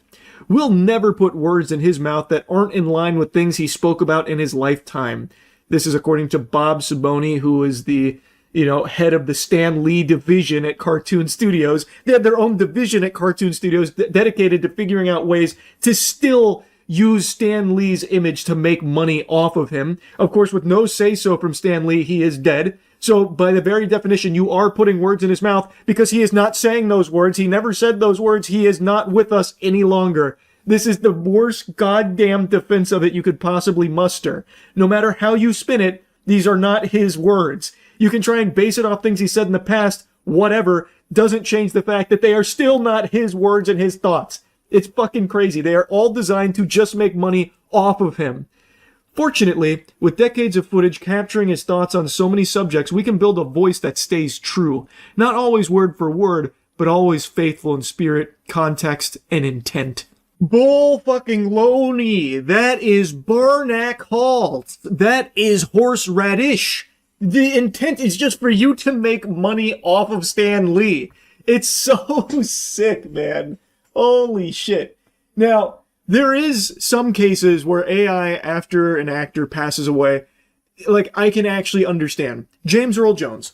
James Earl Jones is the iconic voice of Darth Vader, and before he passed, he wanted, like, it was his desire to have his voice immortalized forever as Darth Vader. So, as I understand it, he did sign, like, the rights to his voice in AI form for Darth Vader. That is what he wanted because he always wanted to be remembered as Darth Vader. I think that's somewhat wholesome. That one I can understand. This is so far removed from that, you can't even make a good faith argument to compare the two. I tried to dig in to see if Stan Lee had ever, like, agreed to be, like, digitized post-mortem, like Weekend at Bernie's through CGI or anything, because he passed away in 2018, which predates like the AI resurrection jutsu that we now have access to. So there's no way he could have ever agreed to that in the same way that James Earl Jones did or anything. So I was trying to see if there was anything that even like resembled an agreement like that. And the only thing I can find is that the people that manage Stan Lee's likeness, like his managers of the Stan Lee IP, agreed to using his likeness in media for the next like 20 years or something. So like signing over the rights to Stan Lee's likeness. But I don't know if Stan Lee was a part of that conversation. And even if he was, you have to wonder under what circumstances, because it's important to remember in the later years of Stan Lee's life, there were tons of allegations of elder abuse and manipulation with tons and tons of footage of alleged mistreatment from a lot of greedy assholes constantly looking to fucking pull money out from Stan Lee's ass every step of the way by any means necessary, come hell or high water. So I don't know for sure if he ever like explicitly agreed to it, and if he did he even know what he was agreeing to? Because again, a lot of things were kept hidden from him that Stan Lee had supposedly agreed to. Others had kind of misled him, allegedly. And now that he has passed, that is still seemingly the case here, where he is just not able to rest. They have a whole division dedicated to finding ways of exploiting Stan Lee's image, apparently, at Cartoon Studios. That's... what the fuck? Like, what? How, in any way, shape, or form, could anyone possibly view this in anything other than just greedy, dystopian garbage? Just let him rest, man. I think this shit super sucks. Someone can die, and a company can just come through, buy the rights to their likeness, and then just make an AI model that can spout whatever fucking garbage it wants it to. It's so fucking shameless to me. Also, looking into it a bit more, the rights to his likeness are actually a very contentious subject. It seems like it was a messy battle about Stan Lee's image after passing. So there's a lot of meat and potatoes there, but ultimately, I guess it ended up in the hands of Cartoon Studios, who now has a whole section carved out to finding ways to milk Stan Lee's image even further, making a collectible trading card game, the AI attendance at Comic Cons. I imagine there will be another big Web3 crypto push for Stan Lee's image here, would be my guess, as part of their Stan Lee IP expansion protocol that they're excited about. I hate it. That's really about it. See ya. I imagine a lot of you are tired of hearing me yap about One Punch Man. By a show of hands, how many of you had enough of a 31-year-old man complaining about an anime? No hands? Interesting. Okay, then I'm gonna keep going. It is so hard to not blabber about this season because it's setting new records. The most recent episode that just dropped, episode 6, is now one of, if not the lowest rated anime episodes on the entirety of IMDb. And not just there, but across other sites as well. It is one of the worst reviewed episodes I can find. Right now, the most recent episode, Motley Heroes, has a 2.9 on IMDb, which means that it's even lower than X-Arm's debut episode. X-Arm is considered by many, including myself, to be the worst anime ever made. That abomination is an insult to God. It is the biggest, bungus piece of shit imaginable. And yet, One Punch Man Season 3 has found a way to be hated even more than X-Arm. And the crazy thing is, I watched X-Arm. I don't know how many of you remember this. I was going through the worst rated anime of all time to find the single worst one ever made. And when I got to X-Arm, I literally just ended that series because I hated it so much. And it actually like blew up my fucking neurons up here to the point where I felt lobotomized watching it. So I called it quits after X-Arm. It was that bad. And yet I would actually say it kind of makes sense why episode 6 is rated lower than this X-Arm debut. Because at least in X-Arm there is movement. At least you can say you watched an animated thing. You watched something animated. With One Punch Man Season 3, you have to stretch your definition of animation. Because it is entirely composed of still images, almost. And in episode 6 here of Season 3, from what I can recall, I just finished it, there's only 4 scenes that have movement. And by movement, I mean one of the scenes is Child Emperor doing this with his hands. And then the other scene, which has become a big meme now, is King walking into the room, and he literally walks into the room like a fucking Five Nights at Freddy's animatronic hitting some of this. I thought we were about to witness him do a JoJo Siwa's dance move or something. Like, that is the level of animation you're getting with One Punch Man Season 3.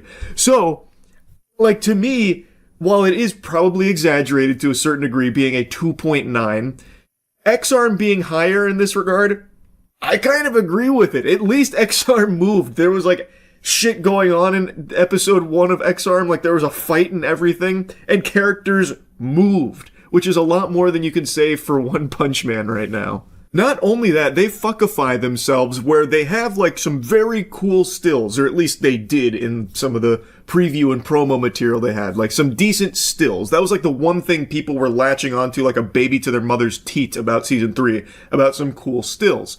But when you get to the actual episode, for some reason, some maniac, some unhinged lunatic went in there and slapped the ugliest blue and yellow light filters on everything. So anytime you're looking at a character's face close up, for some reason, they go into like the cheddar cheese dimension and there's just fucking yellow lights beaming in, or like blue RGB gamer mode lights just obstructing your view, and it looks so silly. And like another big meme moment from this episode is how they fucked up Fubuki in one of these stills where her face is It's just, it doesn't even look like the same character. It looks like one of those in-between frames from Naruto where someone's face gets like all fucked up where it looks like the Babadook or something like that. And that is like a full still that sits there for a minute. Like a minute is exaggerating, but it sits there for a while and it just looks terrible. Like it's very clear that the show is only getting worse. Like this is episodes 1 and 2 were bad, but they weren't this bad. Episode 5 was their best episode, and it was bad. But it wasn't this bad, and it feels like they blew all of their load in episode 5, and now the only thing left is like scraps, actual morsels that they're trying to utilize to the best of their ability to just have something go out. And my God, it is sad. It is just tragic what's happened to One Punch Man. And I've seen this crazy fantasy people are spinning about like, yeah, season 3 is so bad, they're going to learn a really hard lesson that season 4 is going to be amazing for. This is a necessary pill for them to swallow so that way we can get an amazing season 4. Buster, there's no season 4. This has been a catastrophic disaster, and once season 3 is done, which they should just close the book on it now, just stem the bleeding. There's no reason to even finish the scheduled episodes. Just let it end here. It's not worth it. But once this is over, there will not be a One Punch Man season 4. Not unless Bandai sells the rights to someone else. They've shown that they're not willing to put any resources into developing a very high quality One Punch Man season anymore. So, now that this hasn't done well and it's been embarrassing, they're just not going to touch it again. There won't be a season 4 unless for some reason Bandai has this big eureka moment where they're like, what if we actually tried to make it good? And then decided to after this. But I don't see that happening. They're just going to wash their hands of it and be done. It seems like that's exactly what they want. They tried to make something extremely cheap, expecting fans to swallow whatever shit they farted out, and it didn't go over well. Their gambit didn't pay off. The only franchise that's able to get away with spending $0 on a beloved IP and still having the community lick the sweat off of their gooch is Pokemon. Pokemon is able to be produced for literally $0, copy and paste every year, endless slop, and people will just digest it with a smile on their face. But that's because they have numerous decades under their belt of brand loyalty, and people have literally rewired their brains to just accept that Pokemon games aren't expected to be good anymore. They're just expected to be there, and that's enough, I suppose. And that works for them. One Punch Man does not have that same luxury. One Punch Man has 3 seasons in 10 years. That's not exactly enough to have people just hooked on the drug to the point where they'll excuse any laziness. Especially not for a highly anticipated season 3, 6 years in waiting. This gambit was never going to work for this. I don't know what Bandai was expecting to happen here. This is just so sad. And I'm very confident that we will not see another season of the One Punch Man anime anymore. Unless, of course, Bandai sells it to somebody else or some kind of crazy miracle happens. But I think season 3 is probably going to be the swan song for the One Punch Man anime. And that sucks. At least the manga is still an absolute fucking banger. At least that is still absolutely slapping. But it is such a shame to look at what could have been for this animated series. Season 1 was amazing, and I was a vocal hater of Season 2, but now seeing Season 3 and going back to Season 2, man, do I see the folly of my youth. How silly I was to think Season 2 was bad. It is definitely worse than Season 1 in terms of its animation, but holy shit, is it significantly better than what we got here. And even on its own 2 legs, it is, like, in its own right, still, like, well animated at most points. Like, so... Season 3 made me appreciate Season 2, so there's that, I guess. But man, yeah, this is a terrible season, and it continues to only get worse. I can't believe... if you had told me One Punch Man would be one of the lowest rated anime seasons on IMDb or across the board, I would have spit in your face. I would have laughed at you. I would have like tried to admit you to an insane asylum, like Arkham Asylum or some shit. Because that's just crazy. But... look at where we are now. What a shame. Anyway, that's really about it. I don't really plan on making another One Punch Man Season 3 video, but I guess we'll see. There's still a lot of episodes to go. I guess it can definitely get even worse for it. So, anyway, that's about it. See ya. Searching the toilet for a stinky snack, but we caught you red-handed? Are you allergic to phones? Perhaps even addicted to phones? Addicted to shitting while on the phone? Married man getting a phone call from the 18-year-old he's paying for sex? But what do these all have in common? It's germs. And how do you fight germs? You don't. We do it for you. With this coffin for your phone. Just slap your dirty device into this sarcophagus, press the button, the lights come on, and it'll sanitize in 5 minutes. It's like a private EDM concert for your phone. This product also ships with our revolutionary 4-dot system that lets you know when your phone is done cooking. Just pop that bitch on out, and you'll see that your phone is now 99.9% bacteria-free. As well as charging it, we promise this will be the cleanest your phone has ever been, you filthy pig. And if you're not totally satisfied, then please feel free to call us and I'll send your money up my asshole. Here's a scientist playing with the corpse of Walt Disney. I'm kidding, that's not a scientist, it's an actor. I was able to fool you thanks to the ultraviolet technology that we've infused in our device. And of course, there's no harsh chemicals that'll lead to a burnt cell phone, nor will it hack any of your private data.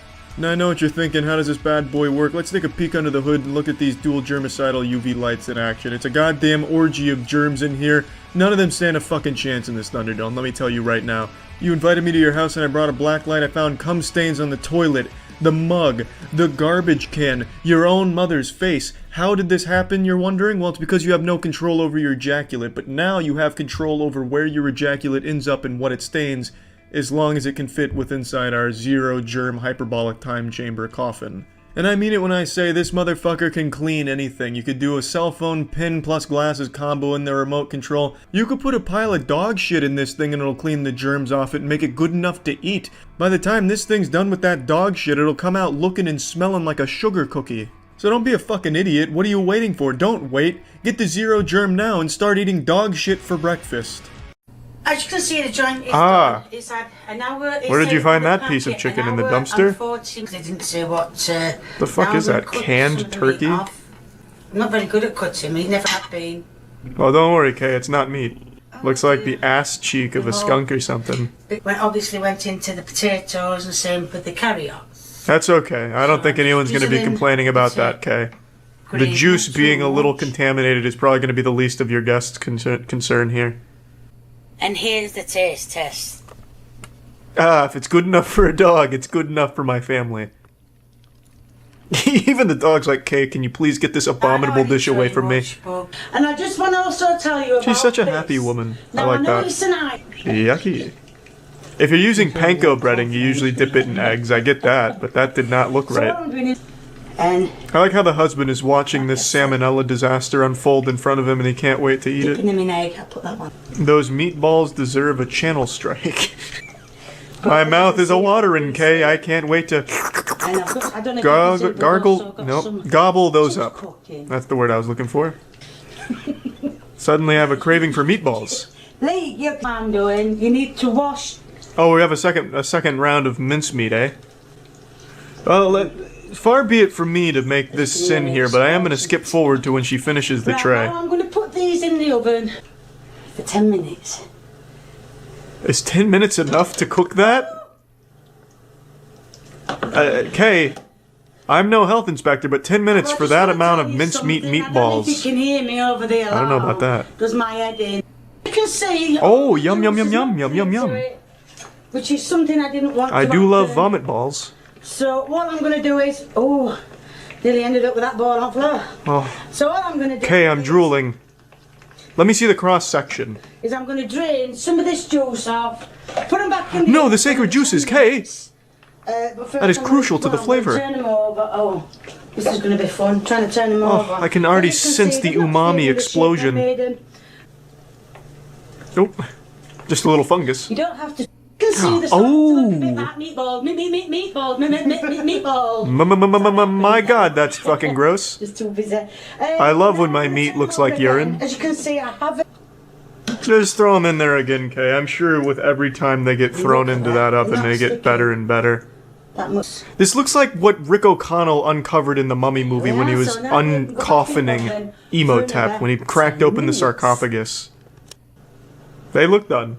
Speak to me, yes or no. Right. They're done. They're alright, yes. Well, it's better than immediately having convulsions and falling over. So, I don't always eat that's my good. own food. Guess what? Dogs can have them. Good! Just what a dog wants. More K's cooking. Product bit. Watch out, Kibble. And Beef today, alphabet I'm doing pasta a soup. twist. Ooh, it's the classic mincemeat. Name a more iconic duo than K's cooking and some dirty fucking mincemeat.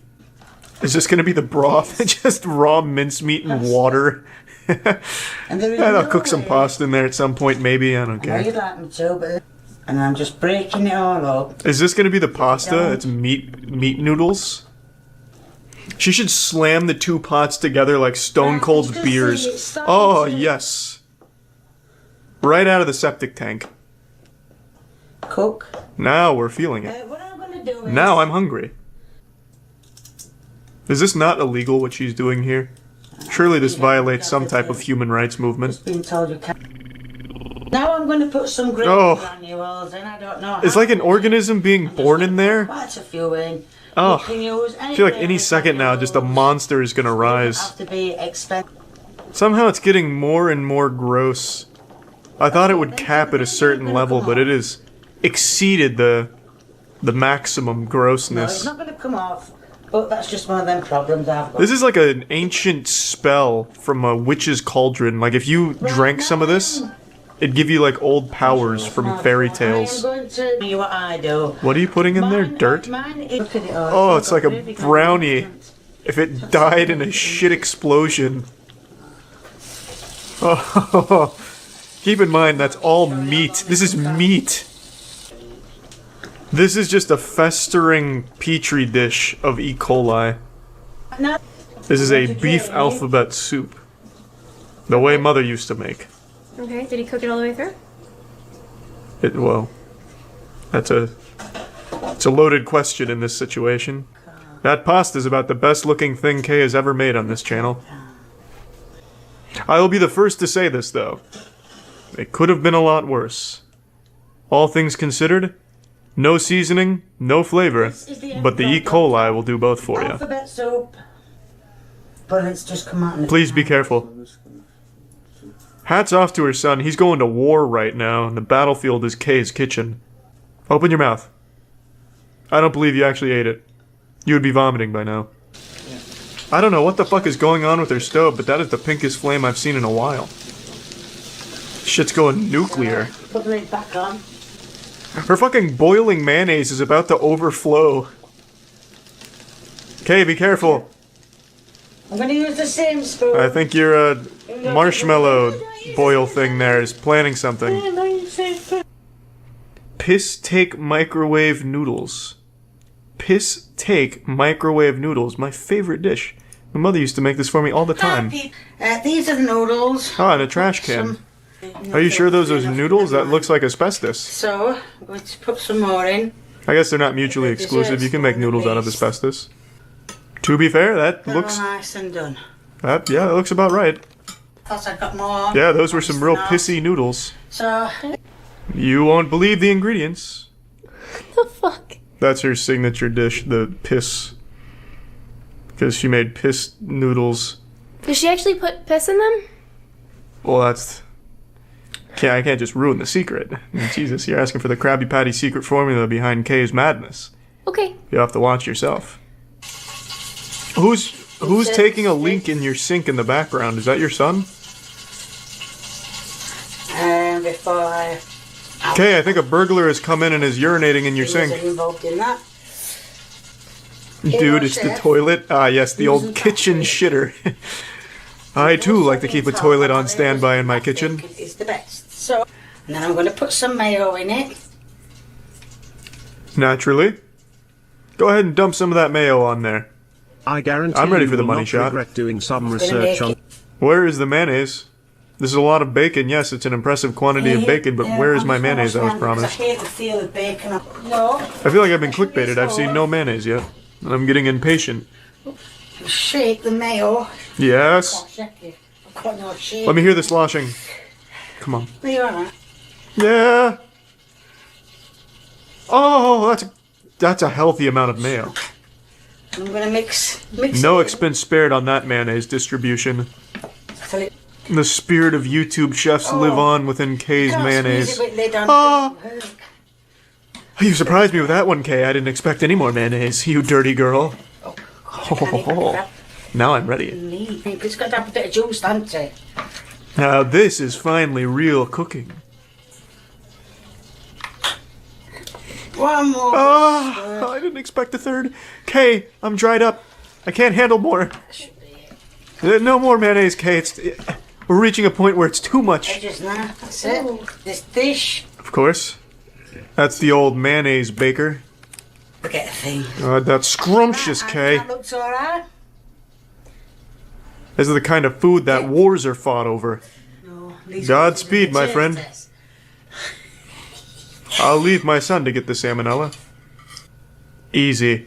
Yeah, I didn't. Right in the old gullet. I should have put it other way as well. You can really almost taste some meat beneath that mayonnaise. Mother, I must be honest with you. I think you used too much meat in this mayonnaise. Nice multitude flavor, yeah. Flavors. There's two flavors. Chicken and mayonnaise. Something like that. Dude just dies. He gives a thumbs up and just falls over backwards. I'll leave that one alike. Anything that involves mayonnaise, Kay, is good with me. Now just breathe. Now big push. Push. Push. Here I am. There's a little birthing simulation for you for what it would look like if it was me that was popping out. I got a couple things I want to yap about today. And I think it's only appropriate that I start with the topic that I have been glued to for many months now, the degeneracy in the Pokemon card community. There's been another arrest. Surprise discovery at a Best Buy in Pasadena. A man was found inside that closed store. A group of Pokemon card collectors were camping outside the Best Buy all night. They noticed a large police response and found out a man was still inside the store. That is a surprisingly large police response there. That shit was looking like it was straight out of Rainbow Six Siege. They had blitz rolling up there. About this individual that was hiding inside of Best Buy, presumably camping the restock. We heard from witnesses who say they believe that man was hiding in the Best Buy before closing so that he could get to those Pokemon trading cards. That is peak male performance right there. Just take a peek at that perpetrator right there. That is the face of Team Rocket. Like, this guy, I think we can say with a high level of confidence, was definitely there for the Pokemon cards, but I imagine he was doing it out of his own self-preservation. He's probably seen all of the knuckle sandwiches that are flying at Pokemon restocks, because that is when PvP is enabled and it is just people fighting, and Pokemon cards are secondary. They're trying to beat the goddamn loot out of everyone there like it's GTA, but instead of dropping money, they're dropping Pokemon boxes in the aisles. So this guy probably saw all of that kerfuffle and decided the safest way was to just already be there when the restocks happen so he could grab the product and get out before anyone gets a chance to give him a fucking atomic wedgie and beat his face in. Pokemon 151. Oh. Yeah. We're here for the 151. I was just here for some Pokemon drop, but I went to the restroom, not even 15 minutes. I come back and there's cops everywhere. That man, there you see him, was taken into custody. Admittedly, this is new. I haven't seen any scalpers get arrested for this yet. This guy is a pioneer in the meta for the degeneracy in this community. So he got arrested for being in Best Buy past store closing, camping out there like he's a fucking old school prank YouTuber where they spend 24 hours in Target, how naughty, hiding in the toilet paper aisle, that kind of thing. He tried to pull that off in order to get a leg up on the mad dash for the new restock, and he's getting thrown in the slammer for it seems. And they rolled in deep. They came up to this Best Buy looking like they were about to apprehend fucking Cobra Commander. But anyway, I wanted to yap about that guy's arrest, but now I want to get into a couple of other topics. First, the Call of Duty movie director. This is directed by a specimen named Peter Berg. Let me double check. I actually can't remember. This guy hasn't made anything good, so it's hard for me to remember this name. Peter Berg. It is Peter Berg. Peter Berg is the director that is slated to make the Call of Duty movie. This is an official production. This is a big budget Call of Duty movie. Peter Berg is most known, at least I believe, is most known for one of the most infamous flops that many people might recall, Battleship, the movie with Rihanna. That's some of Peter Berg's finest top-shelf work.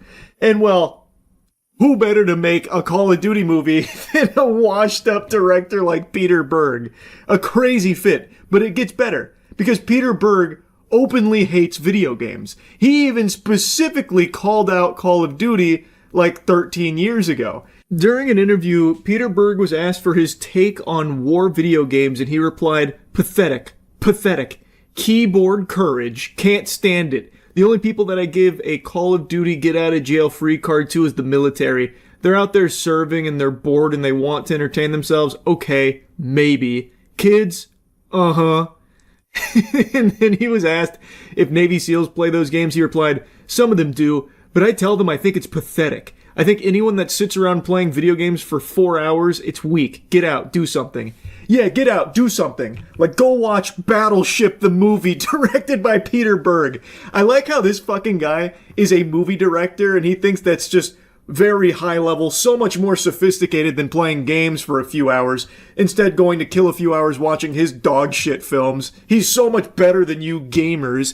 And then even says that he tells the SEALs that play games that they're pathetic. What a douchebag. What an absolute loser.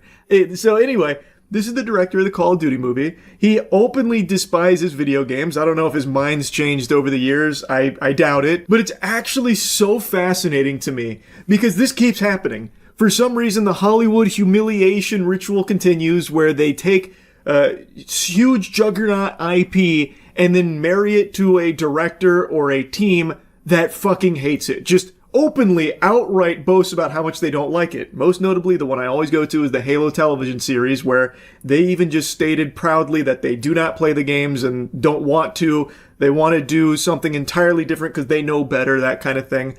And there's plenty of examples of that happening with tons of IPs being adapted. And for some reason, they keep doing that, even though it always fails and flounders. And there is numerous cases of taking beloved IP and pairing it with someone who also is passionate about the IP, delivering great products. So it doesn't have to be just take IP and give it to someone who hates it. You could take IP and give it to someone who likes it, and you'll get a better product for it. There's plenty of case studies of that happening, yet for some reason they keep doing shit like this, of giving it to someone who just doesn't like it and doesn't want to do it at all. They're just cashing in a paycheck. Blows my fucking mind, but it's Call of Duty. Should really not expect anything else besides just the most lackluster shit ever. Anyway, the last topic I briefly want to touch on is a new comedy that started. Raise your hand if you've heard of Kevin. No hands, huh?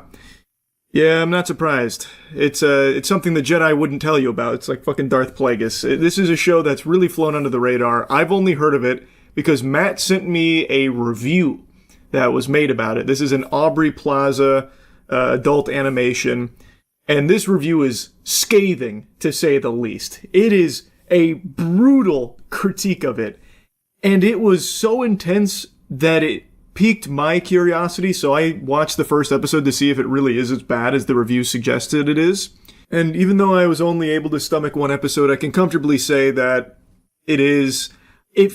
For some reason, so many of these animated adult series now try and just emulate Big Mouth. Big Mouth is my least favorite comedy ever made, by the way. I've said that a lot, and it remains true to this day. I think it is an insufferable, miserable, awful show to sit through, and yet for some reason it started a trend where everything else tries to be Big Mouth. It's like if you saw a pile of dog shit and you got inspired. You're like, oh wow, what a pile of dog shit. I bet I can make some of that shit myself. And then you go take a poop. Like, it blows my mind. But anyway, Kevin has the exact same DNA as Big Mouth, even shares the same style for the most part. So something that initially caught my eye in the review is about this attempt at a gag. So Kevin is a cat who lives in an apartment, and then his human couple breaks up, but he decides he can brave the world on his own. He doesn't need human companions. And a big thing about Kevin is he has a protuberant anus, a fact that is repeated with fervor that suggests the writers believe it to be powerful enough to merit a long-running gag badge. Stop talking about your deformed anus, slurs Kevin's alcoholic goose friend Chuck. It's not deformed, shouts Kevin. It's prolapsed. And lo, the soul begins its inexorable decline. When I first read that, I thought it was exaggeratory, but in the first episode alone, I'm pretty sure there were 4 mentions specifically about his deformed asshole. Kevin, your asshole's so freaky. It's not freaky, it's prolapsed. Cue canned laughter, laugh sound effects. So it is something that they do seem to really like, is the catchphrase, and Kevin explains it that his brother, when they were kittens, was sucking on his asshole, causing it to prolapse, and that's why it looks that way, but it's totally normal.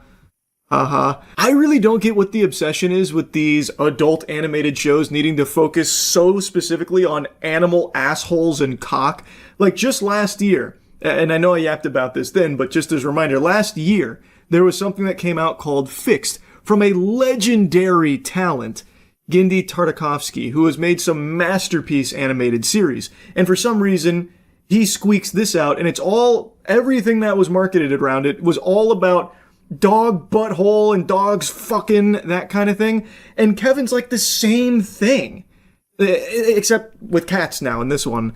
Why does it have to be that way?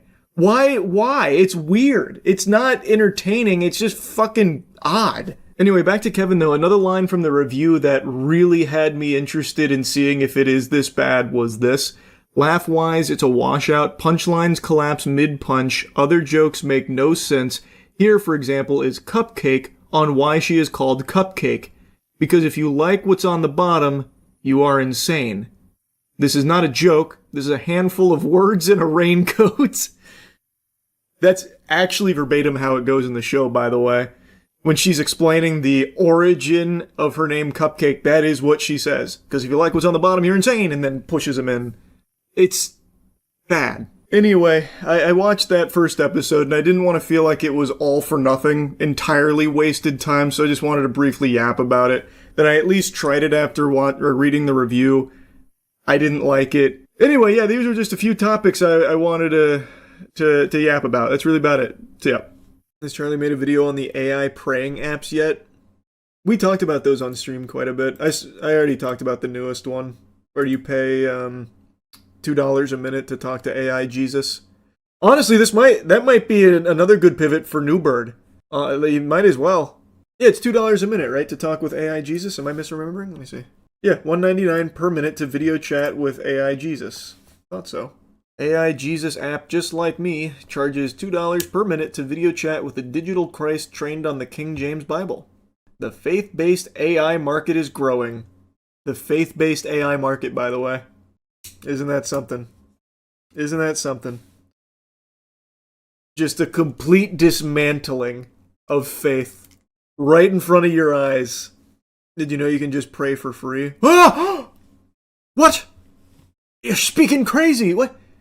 But you can't see and hear Jesus through your computer screen if you're not paying. The only way to form that relationship is through the faith-based AI market. Just like me. Sickening shit, bro. Sickening. Costs regular users more than $600 annually. CEO Chris Breed runs the company with co-founder and investor Jeff Tinsley. Monthly package priced at $50. Offers 45 minutes of conversation time. I didn't dive super deep into this because we had already covered another AI Jesus scam. This one blows that out of the water. Holy fuck. This is like turbo heretical. Oh, wow. Who falls for this? The easy cop-out answer is just defaulting to saying it's all old people, but it's just not.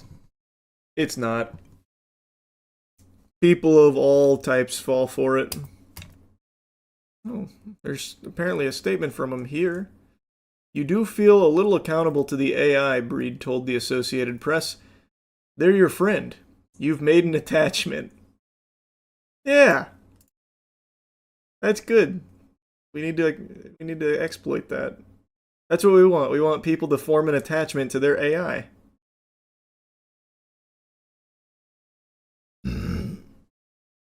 Is this a I video of hear it? your request for prayer. Break. Father God, I lift my dear friend Krista before you.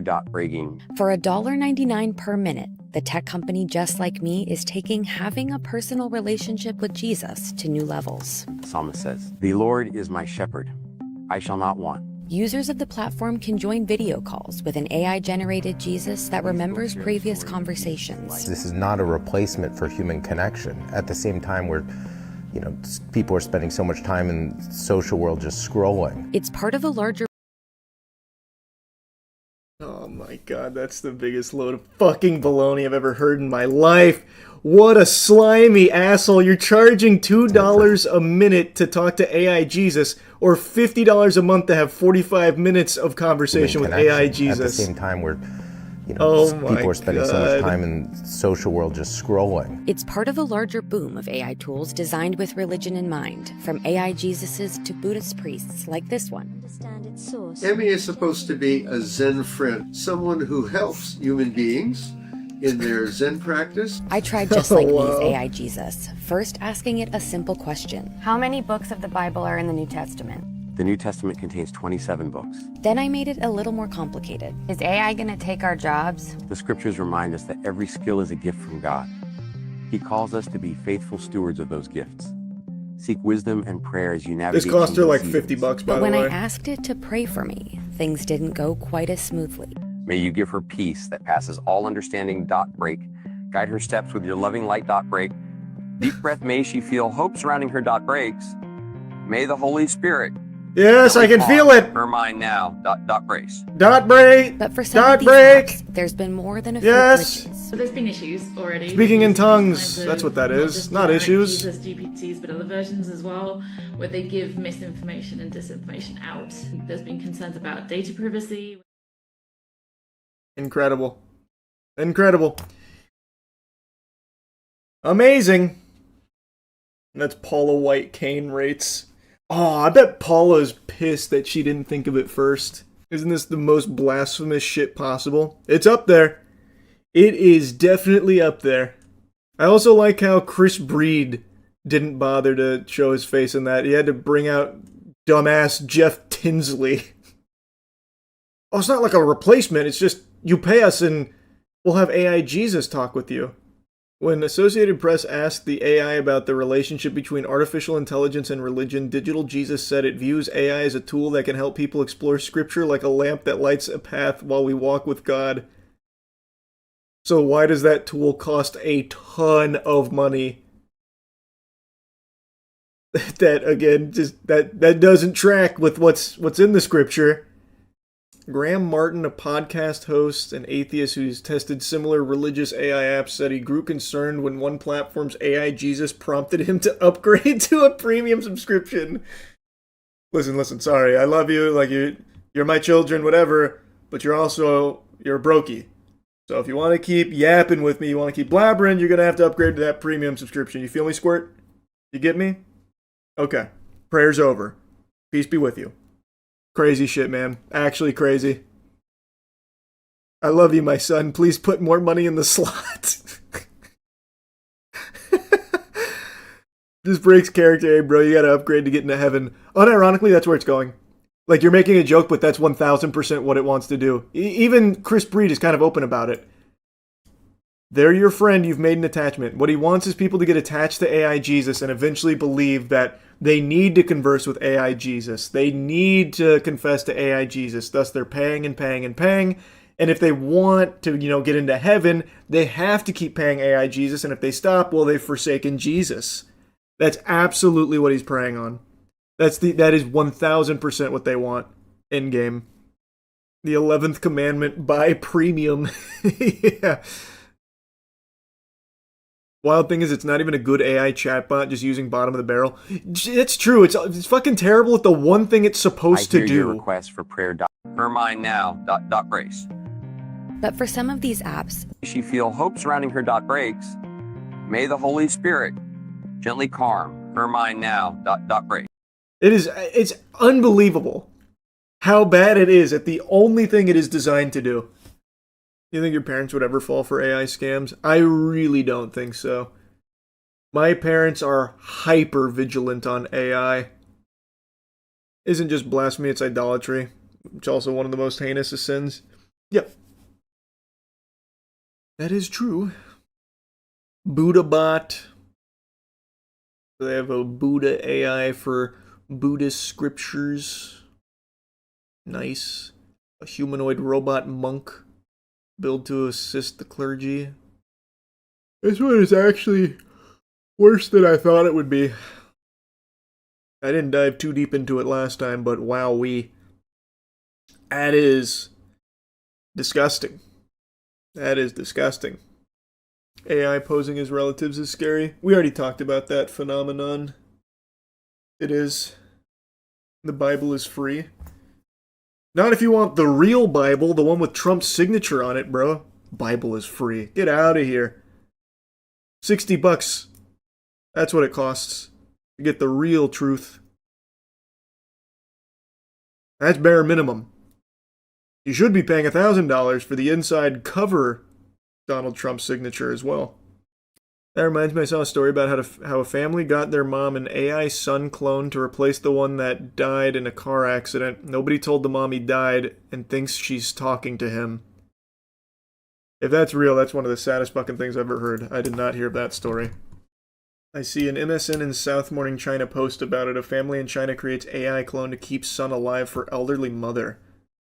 The virtual son talks to the mother every day via a video call at a chat app.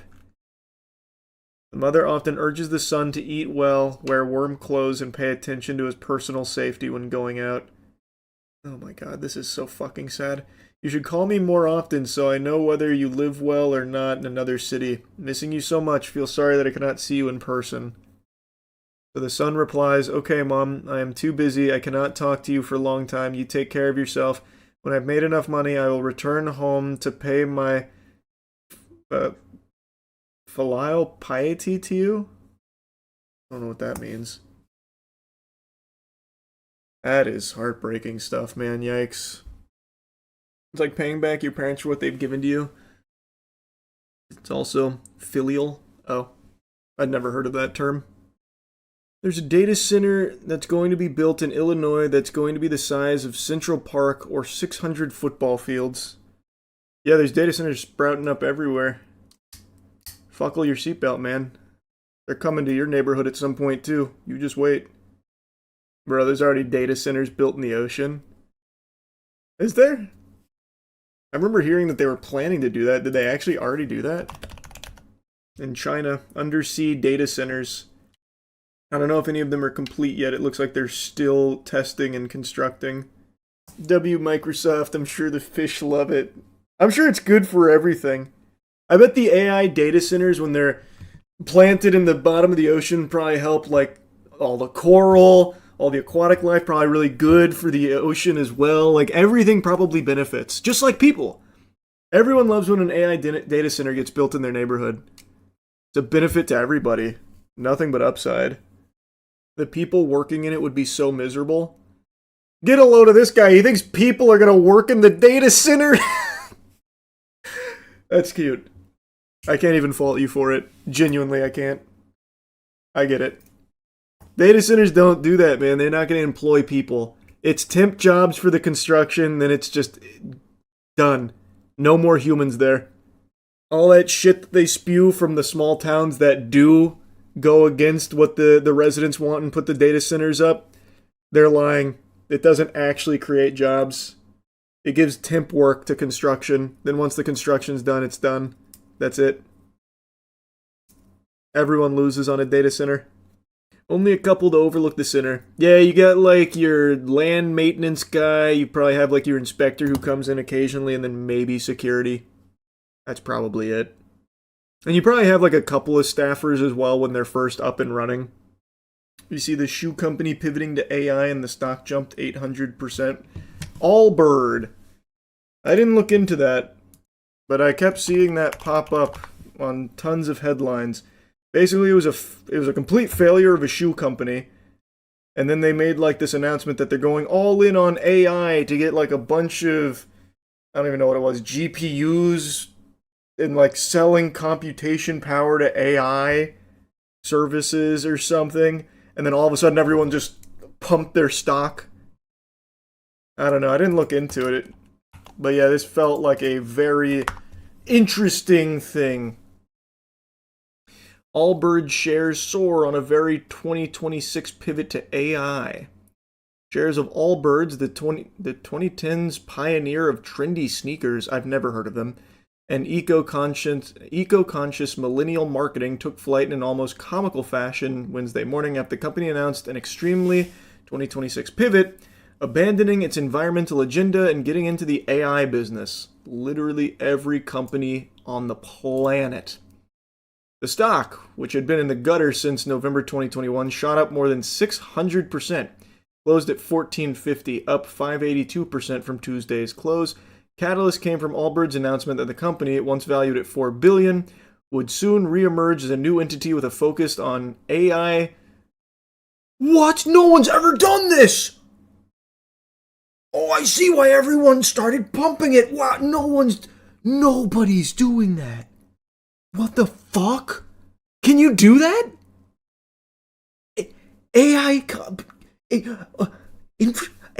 Oh my god. Wow.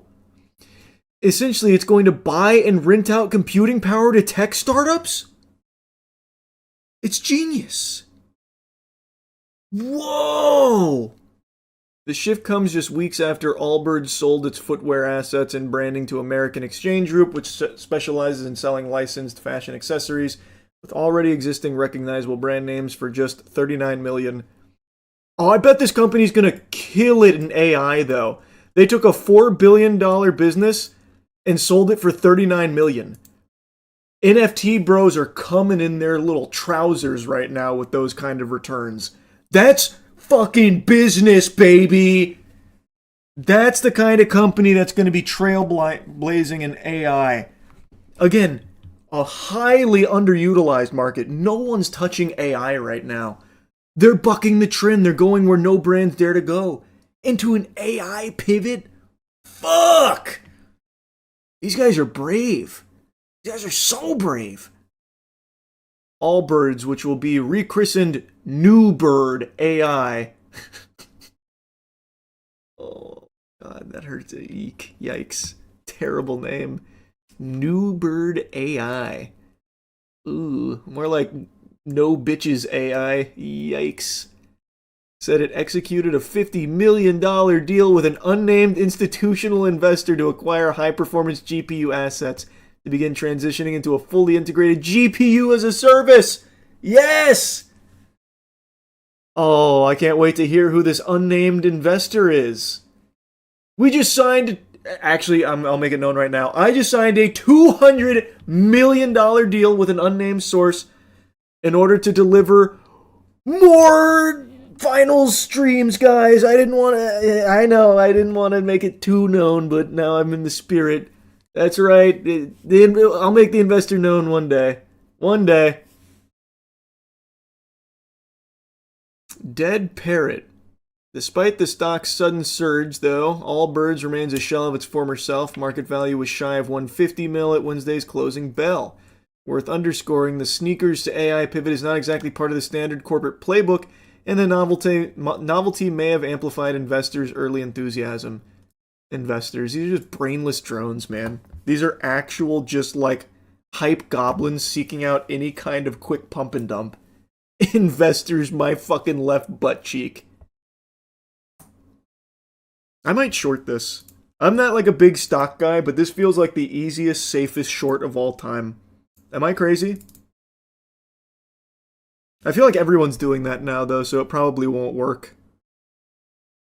I imagine genuinely everyone is shorting this right now. This is just so baloney. This is just such barnacles. Still not as annoying as Crypto Bros, but it's damn close. I would say it's getting to Crypto Bro level. Like, you're right. I think Crypto Bro's still more cringe, but this is like right there.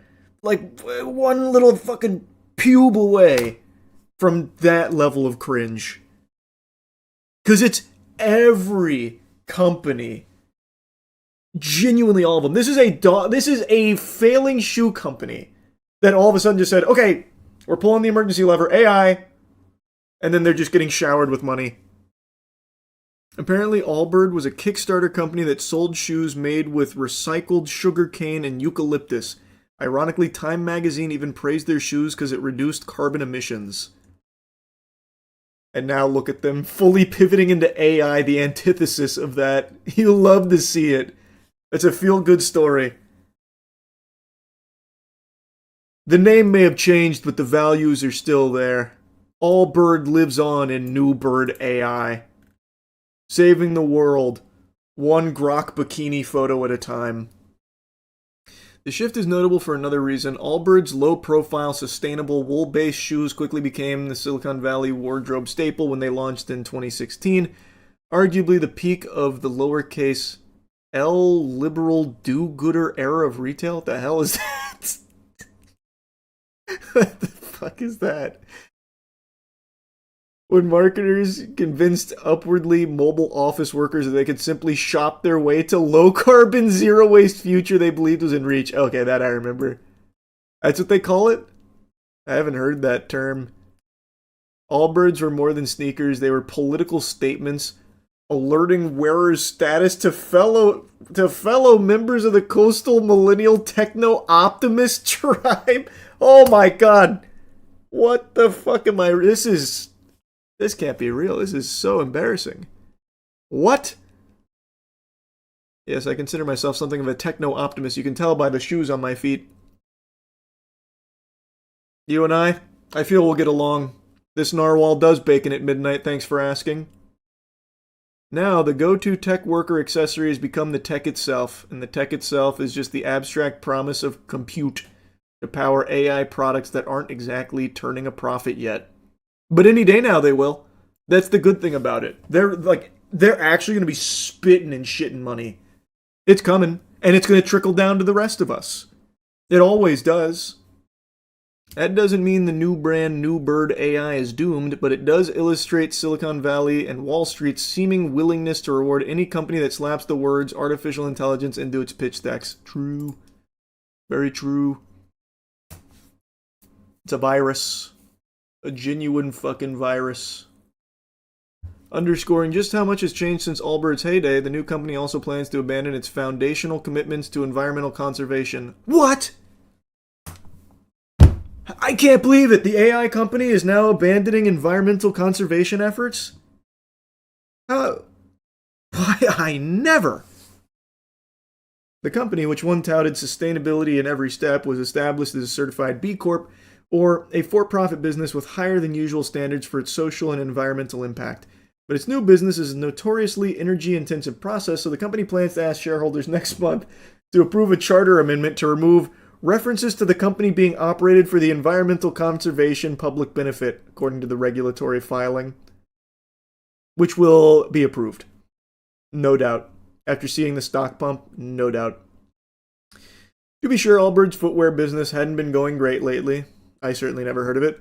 The company stumbled as it grew rapidly, opening dozens of stores across multiple continents, but failing to move enough inventory to make them profitable. Allbirds has gone from being a high flyer to a dead parrot. Yeah, I mean, they sold a $4 billion business for 39 mil. That's like phase stock. That's brutal. Genuinely brutal. The reason for the lack of traction was that Allbird's sustainability pitch has never been a key consideration for most footwear consumers who are more concerned about style, price, and comfort. When in doubt, pivot. Allbird is hardly the first to do a full 180 to chase momentum around new tech. It's also not uncommon for such pivots to signify a bit of irrational exuberance in the market. Take one-time soft drink maker Long Island Iced Tea Corp., which capitalized on the crypto craze of 2017 to rebrand as a blockchain technology company, even renaming itself Long Blockchain. What? While the initial pivot sent the stock up 380%, it didn't quite work out in the long run. The Securities and Exchange Commission charged 3 people with insider trading, the company never became an operational player in blockchain tech, and its shares were delisted in 2021. I had no clue. I never even heard that. Well, that's positive historical data to pull from for new bird investors. It's looking good. The future's looking bright. Surely AI compute infrastructure won't go the way of crypto craze and NFTs. Wouldn't do that. Showing no signs of it. And as the tide has turned for crypto, several Bitcoin mining firms have restructured themselves to focus on AI infrastructure instead. But the extreme market reaction to Allbirds' move may be without precedent. Motivation behind the corporate pivot is sensible, the market reaction less so. A 6x or 7x move for a company that is literally ditching its prior business model for one in which it has no demonstrated expertise says quite a bit about a market froth and investor willingness to chase moves. Yeah, because these people don't care. These worms, they do not care. If it says AI, they will put their money into it. They won't give it even a second of thought. It doesn't matter. Silicon Valley, the article, heard like 50 buzzwords and multiple nothing statements. Pretty much. I mean, pretty much. Yeah, that sounds about right. Just trying to dump the bag onto someone else. That was the entire NFT pitch. Dump the bag onto someone else. Don't be the last one holding the bag, dick in your hand. And that is exactly the same shit that's happening right now. And see what's going on with New Bird. Have they even begun doing anything besides this partnership with an unnamed investor for $50 million to acquire high-performance GPUs? This could be anyone. They might have partnered with God to just manifest infinite high-performance GPUs for New Bird AI. I'm excited to see who it is. Can't wait. Don't these guys make running shoes? Not anymore. That's for the birds. That's caveman shit. They now make nothing. Literally nothing, by the way. They actually don't have anything. They have a statement. They have literally an idea. The idea of them doing something that literally every other company on the planet is doing. Guys, we're no longer making anything. Instead, AI. Thoughts, money, thoughts, money. And they have nothing to show. There's nothing. Well, hopefully it crashes pretty soon. So that way I can put some money into this shit. New Birds to the moon, baby. They're gonna pop off. I feel it. I really do. Who's their CEO? Let me take a peek at this guy. I bet he's awesome. Tim Brown, co-founder and co-chairman of Allbird. Let's see. It sounds like he gave an announcement. Tim Brown's journey from footballer to founder.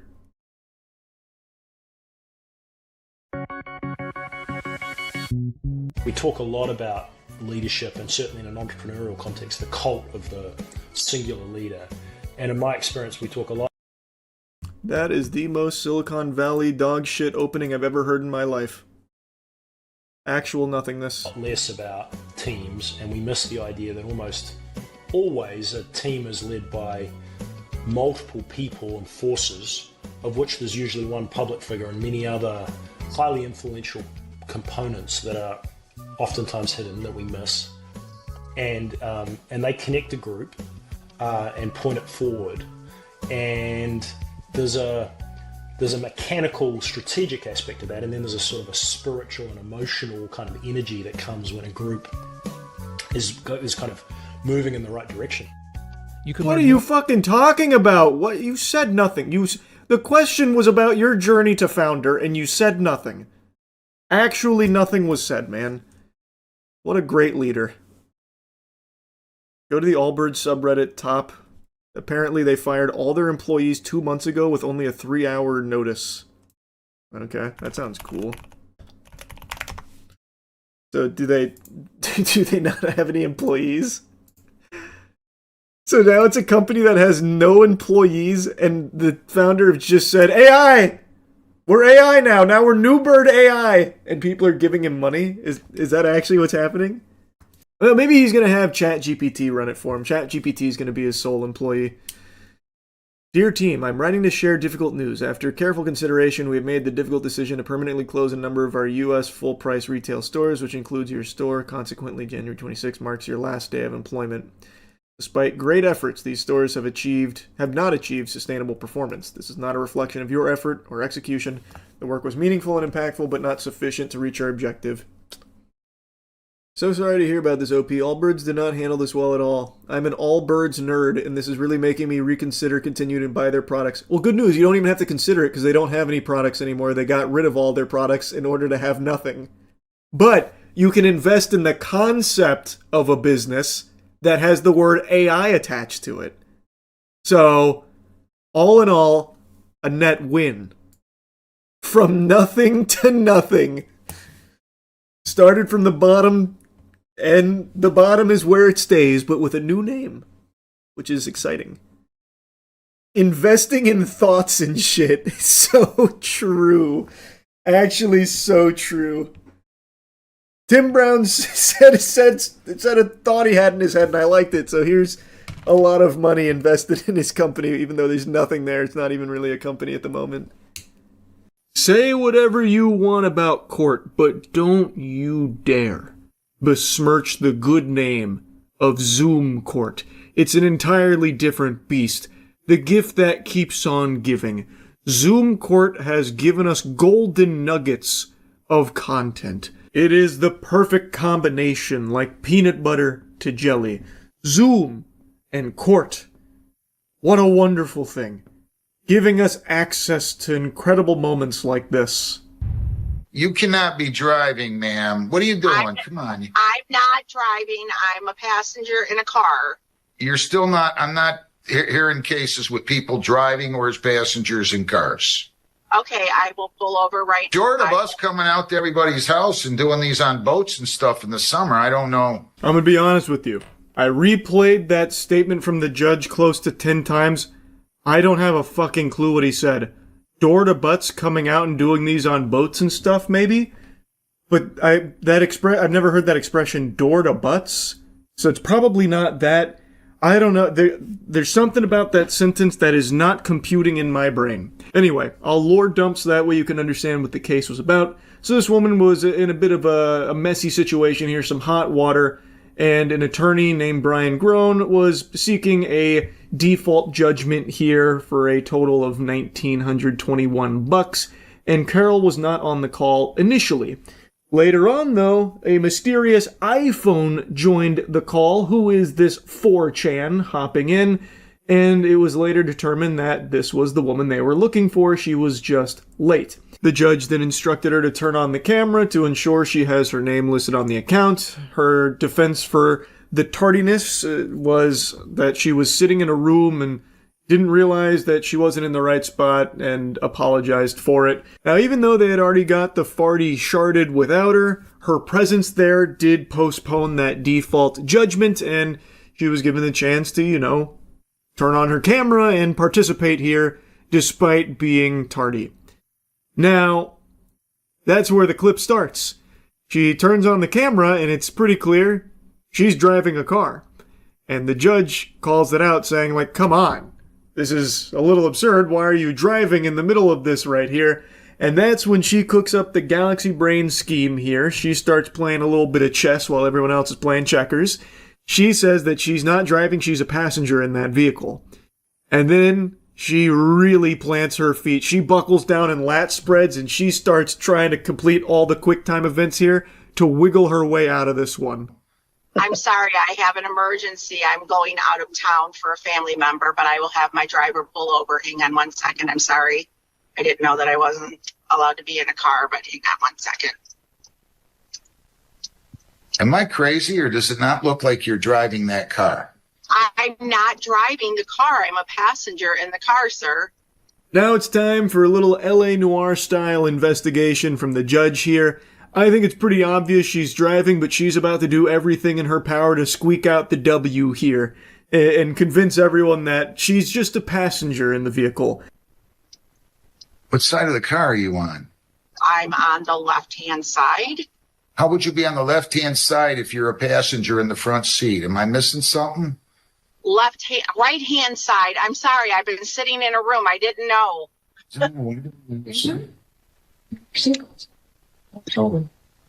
Yeah, the seatbelt's coming off of the driver's side. Right? Now you're lying to me, right? No, I'm not, sir. Great questions from the judge here. I also think her head movements are pretty clear. That's a dead giveaway. She literally looks around as she's making this turn, but the judge makes very good calls here. How could you be on the left-hand side if you're in the passenger seat up in front? And she's like, no, I meant, that's not what I meant. And he's like, but the seatbelt's coming out of the driver's side, which she had no rebuttal for. She just lets that one kind of dissipate. She just hopes that they forget about that one, like a video game NPC. Must have been the wind. Just de-aggro there and not follow up on the seatbelt question, which was a great observation because that seatbelt is indeed coming out of the driver's side. If she was a passenger, it would have been on the other side there. Let me see the driver. Let me see the driver. Hang on 1 second. Now. I have to ask their permission. Now. Oh my God.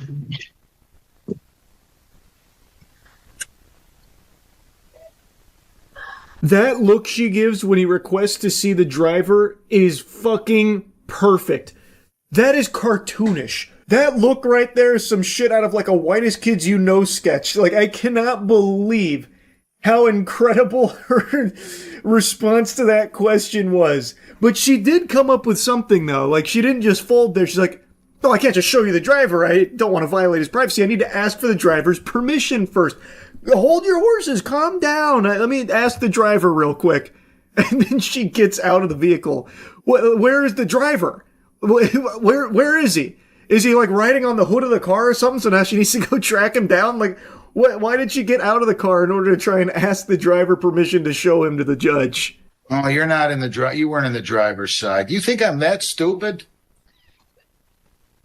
I'm going to go ahead and enter a default judgment. Our paperwork says that they can't drive. Does it not, Jennifer?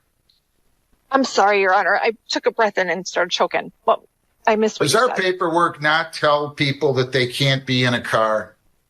I don't know, Your Honor. I'd have to look at it again. I haven't looked at it in a while. Looking at it does not say that I cannot be in a car. I love that she walks around the vehicle. She puts it to her ear so you can't see it super well, but you can watch her walk behind the car, start to walk behind the car, and then she goes into the passenger side in order to continue the conversation.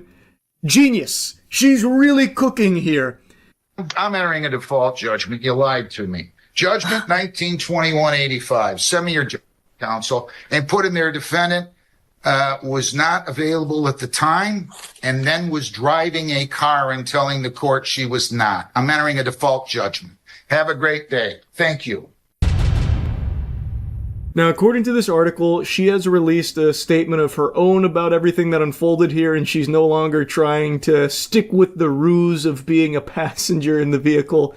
I want to be clear that I take responsibility for my mistake. Appearing on a Zoom court hearing while I was driving was poor judgment, and I regret that decision. I panicked in the moment and made the wrong call instead of pulling over or asking to reschedule. For that, I am truly sorry. At the same time, I believe what has happened since then has gone far beyond addressing a mistake. A brief moment of poor judgment has turned into a viral spectacle that's affecting my reputation, my family, and my ability to move forward with my life. I respect the court and the rule of law, but I also believe in fairness and proportionality. The question I'm left asking is whether this situation needed to become a public example at the expense of someone's livelihood and dignity. I am human, I made a mistake, I own that mistake, and I am willing to accept the consequences, but I hope people will consider whether the response has been about accountability or about turning a moment into something far bigger than it needed to be. Now, her statement makes it sound like she's lost her job or something as a result of this, which I can't find any information on, but hopefully that's not the case. She's talking about it as though it's being reported for the sake of accountability or some kind of big witch hunt, as though it's something very serious. It's not, and I don't really see that response from everything that's been, shared and reported about it. It's really being portrayed as a lighthearted, silly thing. What she was facing in court isn't, the most heinous of crimes or anything, where she's some kind of crazy fucking supervillain, mustache twirling evil. And what she did is very goofy, but it's also pretty harmless. She got her hand in the cookie jar and got caught, and she tried to wiggle her way out of it, and it didn't work. Really, the biggest thing was driving while doing this Zoom court, like potentially distracted driving. But she did a lot better than fucking Twitch streamers and Kick streamers when it comes to having a stream while driving. She didn't really look at her phone at all until she had fully pulled over and then got out. So she did a lot better in that regard than a lot of, streamers do. So I don't think it's all that serious, and I haven't seen people responding aggressively to it or anything, nor have I really seen it being reported as something serious. More so just something, wacky. From everything I've seen, it's all been pretty lighthearted. Of course, it's the internet, so I'm sure there's some degenerate assholes going ballistic with it, and maybe that's what she's seeing, but it definitely doesn't warrant that. I agree with her. That does not make sense for what unfolded here. And also agree that, yeah, people make mistakes sometimes and some of them are silly. And like this one, for instance, it was definitely something that had me giggling, so I wanted to yap about, but at the end of the day, it's not that serious. It was just some lighthearted goofs around here, so ultimately, I'm wishing her the best. I hope this isn't, something super detrimental to her or anything like that, and hopefully it is something that she could look back on herself and laugh at, yeah, that was a wacky one. It happens. Anyway, though, that's really about it. So, yeah. A year ago now, a YouTuber named Megalag dropped a video that was the culmination of an extended investigation that spanned the course of a very long period of time about a company who has worked very closely in the YouTube ecosystem for years, Honey, who was once the YouTube darling sponsor absolutely everywhere, more common than the cold, and never really had a bad reputation, but Megalag, through a very extensive investigation, found some shocking, shady things that not a lot of people knew about. And I don't want to just regurgitate everything from that video. I'm sure you probably have already seen it because it was such a huge deal. Even outside of just the YouTube space, it was a really big thing. Because this is a multi-billion-dollar company that was engaging in some really underhanded tactics that really tiptoe on the line for what is and is not legal, many would argue, which is why they've been faced with so many civil lawsuits since. Now, I know one of them was recently dismissed, but from what I can tell, it's not fully dismissed. It's pending an amendment, from what I can tell. But even still, even if that one gets crumpled up and thrown in the wastebasket from fucking way downtown, that's one of many. There's a lot still out there cooked up and being pushed against PayPal Honey. It's like the scene in SpongeBob when the anchovies charge the Krusty Krab. There is so many civil lawsuits here because a ton of people feel like they have been wronged, misled, and even in certain cases scammed by PayPal Honey. Megalag came from the top turnbuckle and delivered a biblical smackdown with a lot of really convincing evidence, and just released his part 2, the follow-up, which goes even deeper and exposes even more, and also starts talking about it from the small businesses that are being affected and a lot of things that are just being outright lied about by PayPal Honey, allegedly here. It's fascinating, and PayPal Honey has cease and desisted Megalag, claiming a bit of horseradish, I would say, trying to silence him because these are really damning things. The evidence is very, very strong. I highly recommend you check out the entire video from Megalag here. Of course, I'll link it in the description. I'm only going to cover a small portion of this because I really think you need to watch the entire thing. I think you need to see how the sausage is made here, but I will cover a couple of core components. But just as a little refresher, if you don't remember some of the things PayPal Honey is accused of, one of the big things outside of obviously consumers not exactly getting what they thought they were out of Honey is the affiliate poaching. So creators that worked with Honey that would have their own special deals to promote to their audience, the audience would then use those codes on the website. But Honey had some protocol that would occasionally perhaps poach that sale and take the commission that was supposed to go to the creator, and they would take the lion's share. There were a lot of cases that Megalag was able to point to, and even in his follow-up video shows even stronger evidence for, of how this actually functions, where it seems to be a core component of honey itself, where it will overwrite your cookie. It will inject itself, and it is looking to make that commission in a lot of cases. It's very scummy shit. And I know after the first video he dropped, a lot of people's response was, who gives a fuck? The creators can suck my dick, and my heart doesn't break for these businesses. They can go eat dirt. Okay. That's your prerogative. I'm not your fucking dad. I'm not going to come in there with the belt and make you change your mind or whatever. That's fine. But in this second part of the video, you can hear from a business how that actually fucks you as a consumer. A few hours ago, PayPal's lawyer sent me a cease and desist letter and requested Patreon take down my video under a copyright infringement claim. I consider this a direct attack against my fundamental rights as an independent journalist. PayPal has specifically taken issue with the fact that an anonymous source discovered Honey had left their source code exposed within their iOS app, which, if you know where to look, is publicly accessible. This anonymous source found the code and sent it to me. I reviewed the code for security research purposes, which is a protected act, and I only published relevant sections of the code that provide important context to the story, which I consider within the realm of public interest. I haven't seen the unredacted video here where the source code was, like, more talked about, where he had these video components that showed, I suppose, sections of that when it was relevant, but it seems like it was more so a convenient excuse for PayPal to get the video taken down from his Patreon, and in order to get around that for the YouTube video, he just took the entire section out. Again, I haven't seen with my own peepers here what it looked like in all its glory with the full makeup on, where, you know, the source code section was intact.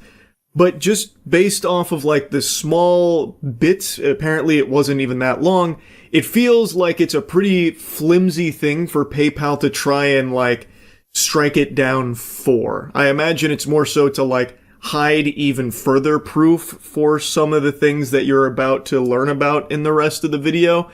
I never like when companies do something like this. Of course, there is like copyright protections, and in certain cases it makes sense to do so.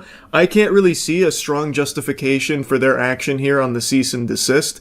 It doesn't really pass the smell test for me here, especially considering it seems like he was very reserved with what was displayed from the source code based on how he speaks about it. But again, I can't say for 100% certain. I just find it hard to believe that PayPal Honey was acting in good faith with the cease and desist. That seems like they're trying to hush him up a bit. Why? Well, you see, besides lying to consumers and stealing from influencers, Honey was also causing serious harm to small businesses. So much so that I believe brands have likely suffered millions of dollars in damages. But that's not all. In this video, you're also going to learn how Honey was collecting and sharing your data, and how they, in my opinion, illegally targeted minors through influencers such as Mr. Beast. Strong accusations, I know, but I have the receipts. And the receipts are pretty convincing. So those are like the main components of this new video. This is an hour-long video almost. It goes deep here. This shit is deeper than my pussy. It is a very thorough look at all of it. And I know after the first video, people had a lot of questions, and I feel like here he sheds even more light on it through an even deeper analysis of Honey itself and the way in which it functions. It's not just him working alone. He had people help him with, like, getting a lot of the data so it can be viewed more easily and more accessible. So that way he doesn't have to make any, like, leaping conclusions or anything. He doesn't have to just, like, start trying to fill in the blanks off of, you know, just fucking hunch, like intuition. He's able to look at these things much closer in order to draw much stronger, analysis from it. It really is quite the deep dive, and like I said, I don't want to like show just a ton of his video. I would really like you to go watch it yourself, because I think it is eye-opening stuff. I want to focus on just a couple of things here that I know a lot of people debated after the first video about, like, well, why should anyone that's not a creator or a fucking business owner care? Who gives a shit? Call the wambulance. I think that one of the business owners that Megalag had in this video giving his piece explains why this is a big deal, why it is bad for not only the small businesses that are not consenting to working with Honey, that are kind of just being forced to without even their knowledge sometimes, why it's bad for them with receipts, an email exchange with PayPal Honey directly, why it has been a nightmare for them, and why it is also bad for you. You also get the business end of this penis. Even if you're not a Honey user, if you're watching this be like, well, I don't care, I don't use Honey anyway, well, it still affects you. And it's a very simple reason how and why. In fact, Made in Cookware CEO Chip perfectly summed up the devastating impact Honey's actions can have on a small business. When you're in the early stages of building a business, you're in the stage of, will this company even work? Is there product market fit? How do I scale this thing? Can the economics work, right? And so all the things we talked about, these discount codes and the kind of removal of attribution and killing margin, like those really affect the early stages of a company, from everything from where do I put the next dollar in to make sure I can survive, down to, you're taking 10, 15, 20% of my sales without me wanting it. And we have digital marketing costs, we have shipping costs, we have all these stacks of costs that not only are getting more inflated over time, like FedEx has been raising their rates over time, warehousing costs have gone up, COGS have gone up, as you know, through inflation for the last 4 or 5 years, right? Like all the cost structures have been going up, and to have someone just stealing and compressing the actual revenue you want, like puts small businesses in a real squeeze. And it's just really disappointing. And it doesn't even work, because at the end of the day, like you need to make the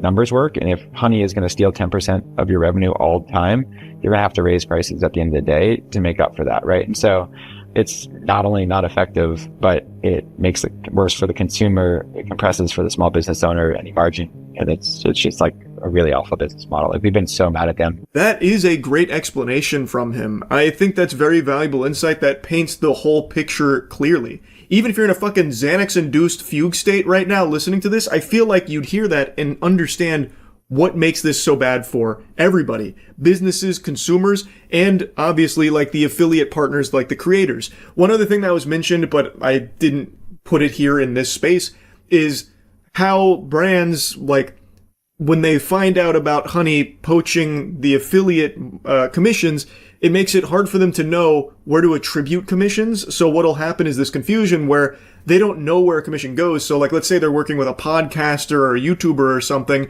and things get really muddy. It makes it hard for them to know where they're supposed to put that money in the first place. So what ends up happening is they end up pulling out of that market entirely. So now they're not working with your favorite content creator anymore. So they're getting shafted, and they also potentially overspend on the compensation because of how confusing it gets. There was another example given how like a business had spent over $100,000 on like potentially like misattributed commissions from the affiliate marketing as a result of this kind of shit.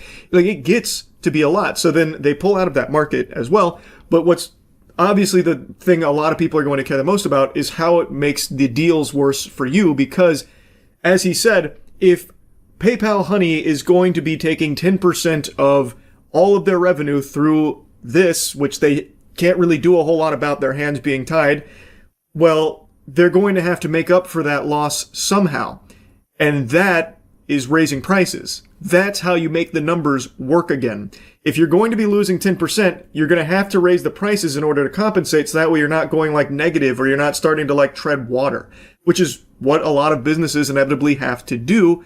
And something like PayPal Honey putting the squeeze on them makes it worse. So that is a huge problem, and that is how it affects you, even if you are not a Honey user yourself.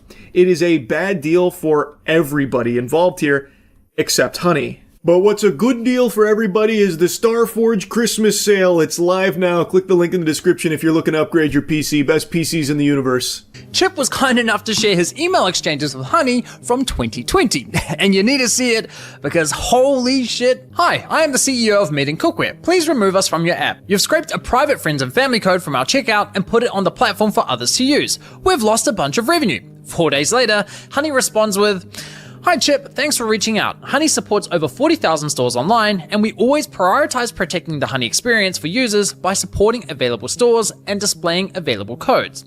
We can absolutely remove the code in question. In order to protect the Honey experience for our users, we typically do not remove codes unless we have a working relationship." I mean, right off the bat, they're basically saying, we won't compromise the experience for our users unless you pay us. Classy. We'd love to discuss how we can work more closely and partner with your brand. Chip replies the same day, "We don't offer affiliate deals to coupon sites. We'd like to be removed from your site and extension completely." The email showcased just how difficult it is to just be removed from Honey. He is putting in plain English, hey, we're losing revenue because of you guys. Please just take us off of this shit. I'm begging. It's like a fucking telemarketer that's refusing to take you off the call sheet. It's brutal. He reaches out to them because Honey had scraped a private code, which is something that earlier in the video, Megalag shows very strong evidence as like a thing that happens, not super unusual with Honey, which is a code that they didn't want to be public. It shouldn't have been public. A lot of businesses have these kind of private codes for like employees or friends and families, or in some cases, as was mentioned earlier in this video, like veterans or something. And Honey will sometimes get these codes and make them public so people can use them, which really fucks the businesses because those weren't supposed to be public. They were supposed to be for a specific person or a specific purpose. So the CEO we just heard from, this is his exchange with them, reaching out like, hey, this happened to us. We're losing revenue. Get rid of this. And please take us off of Honey entirely. We don't want to work with you. And whatever zombie he's talking to over there at Honey is just not letting that shit fly. They're playing hardball, trying their best to keep them shackled to Honey, even though they didn't want Honey to be there in the first place. They were uninvited to this hootenanny, yet now they don't have a choice. His leak code was added through Honey's user-generated coupon functionality. No surprises there. She completely ignores his request to be removed from the platform, only offering to remove the leaked employee discount. Chip replies the same day, "Our friends and family code was listed on your site. That was an internal code meant for a small group of people that was never published anywhere. Our whole site can't be removed from your app." Honey only responds a week later, confirming they removed the employee discount, but again, completely ignores Chip's request to be removed from Honey. Chip responds immediately, pushing for an answer, but they ignore his email completely. A month later, and Honey leaks another private discount code. "Hi, please remove from your app. That is a private code behind a private employee perk login. This should never be public. I don't understand how you feel taking a private employee perk and making that public to the world is helping our business." Honey responds, confirming they removed the code, but instead of taking responsibility, they try shifting the blame onto Chip, suggesting his employees might be responsible for sharing the code with Honey. But given what we know about their system, I'm willing to bet Honey were responsible for the leak, not Chip's employees. Honey then suggests that Chip creates single-use codes for each and every employee. Wonderful. Thanks for the unsolicited advice there on how he should run his business with his employees here, knowing full well that Honey does, in cases, take that kind of shit, even if it wasn't the fault of the employee. Allegedly. Like, it's fucking sickening. It's so disgusting. Like, the pompous attitude that comes through on these emails from Honey. This is a business that did not want to be with Honey in the first place. And there was another business that was interviewed in this video about like how he'd never even heard of Honey, but apparently people were getting tons of discounts on his site because of Honey, and he had never even fucking heard of the service before. So Honey, and you're about to hear from Megalag in the video here, Honey seems to just be subjecting these businesses, these small businesses, to their wrath, where they're just giving out, in certain cases, private coupon codes to users, which obviously damages the small business and causes them to lose revenue and causes a huge headache there. And then the only way to get off of it is by partnering with Honey, and basically, once you are partnered with Honey, then you tell them to exclude that kind of stuff, which is something that piggybacks off of a bit of what Megalag talked about in the first video where, you know, partnered brands, they have like these certain exclusions and stuff. It's a really like awful business model that is bad for literally everyone but Honey. And it's kind of mind-boggling how the only way to get out of it in a small business's position like this is to partner with Honey and say, stop fucking us. No more of these coupons. So they get you. They get you because they fuck you raw a bit, and they slap you around, and then when you go to them for like assistance, they're like, can't really do anything about that unless you were partnered with Honey. You ever thought about that? If you work with us, maybe fork over a couple doubloons, a little bit of those clams, well, maybe then we can work a little something out about these pesky little coupons our millions of users keep finding. 2 months later, and another private code gets leaked. And once again, Chip asks to be completely removed from the platform. And this time, Honey finally addresses the question. We proudly host a consistent shopping experience for all Honey shoppers who rely on our shopping tools. Therefore, we cannot disable Honey for individual stores, and never have. Never have, huh? Well, that's interesting, because it just so happens that Andrew from TrueGrit Texture Supply also shared his email exchange with Honey. And would you believe it? He was dealing with the exact same Honey employee as Chip. And while Honey attempted the same sales pitch with Andrew, they did eventually remove his store from the platform. So yes, it is possible, and yes, they have done it before. Once again, we've caught Honey in yet another calculated and deliberate lie. And make no mistake, it was deliberate because this employee, Kelly, confirmed the removal of Andrew's store just 1 month before assuring Chip that Honey had never removed a store before. Yeah, it's pretty hard to argue that there. It's the same person, and also they removed that previous business a month prior to this exchange with my cookware. So, you know, it's pretty obvious that she's telling some tall tales here. This is a big old fib.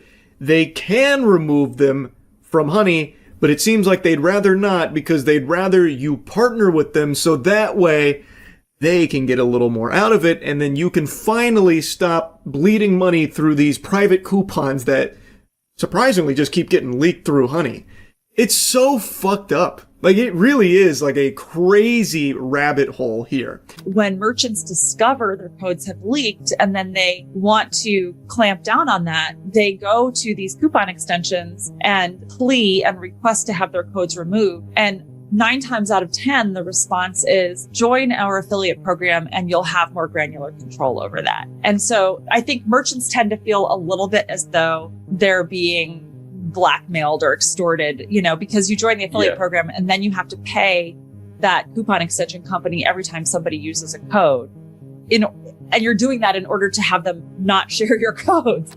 That beautifully explains just how scummy this model is, where it does appear that these small businesses feel forced to join these programs here with companies like PayPal Honey, because if they don't, well, they might keep having these problems, but by joining that company, they're not exactly all that much better off, because now they're going to have to make those affiliate payments there. So like, it is just a lose-lose for the businesses. Now, I don't want to spend too much time talking about that section here. Again, I think you should watch the whole video. I do want to touch on where he gets into like the Mr. Beast component, which is in the thumbnail, and something that was mentioned at the start of the video about like how he believes that Honey has been strategically targeting minors in certain instances based on who they've partnered with, like Mr. Beast, as well as a couple other examples he gives, and why that might not exactly be completely legal, allegedly, because there is laws about collecting data on minors.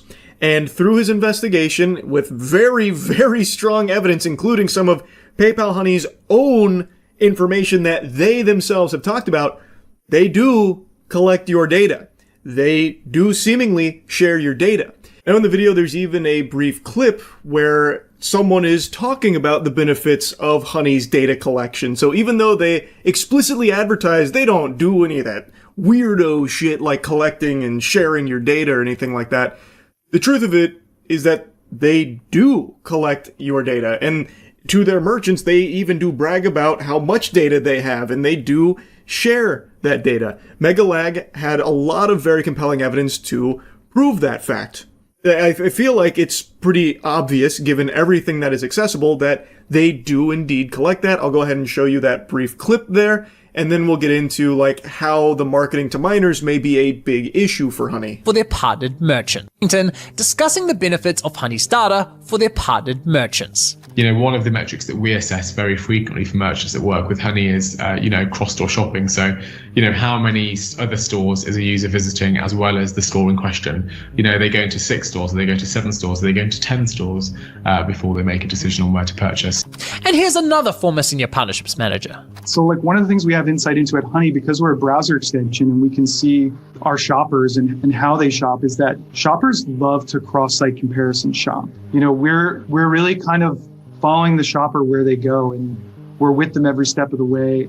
We have all sorts of tools to make those consumers stickier to those direct-to-consumer brands. And here's a former PayPal executive discussing how beneficial the data is for their goals. We've got a full suite of solutions across our consumer platforms that help drive new customers, that help drive loyalty, that help drive conversion, and ultimately sales lift. And we have a lot of analytics and a lot of data, a lot of shopper data, obviously, and that's something that we can unlock on behalf of our partners. You've got to hand it to Honey. They've truly mastered the art of selling bullshit narratives.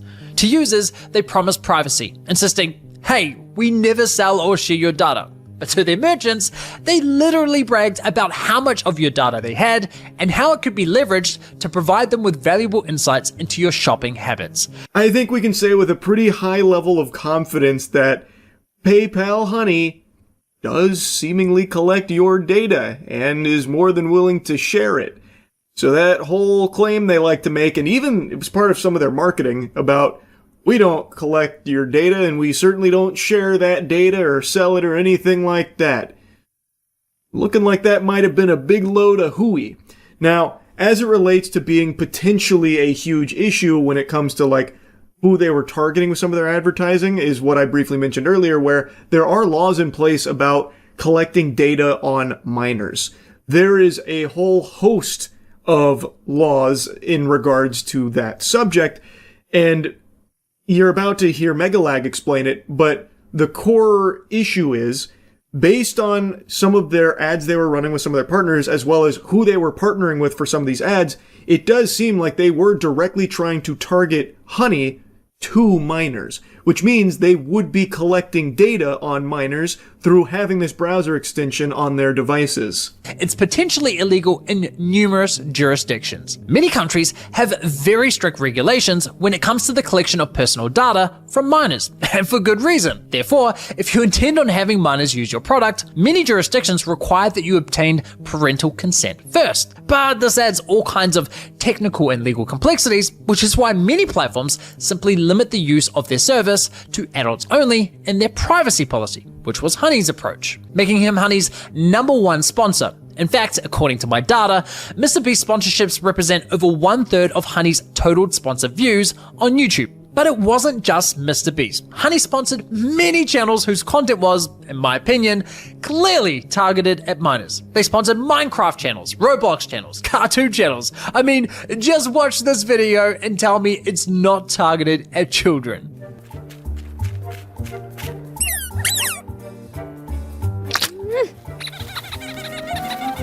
This video is sponsored by Honey. I trimmed it down a bit. He goes on to say, like, if they weren't looking to get minors to install Honey, why would they sponsor someone like MrBeast or these other channels that he gives a quick snippet of, like Roblox, Minecraft, and then that skit? And he's right. The main demographic of MrBeast, it is children. I'm pretty sure that's like an objectively true statement based on data. And Roblox is predominantly a platform used by children.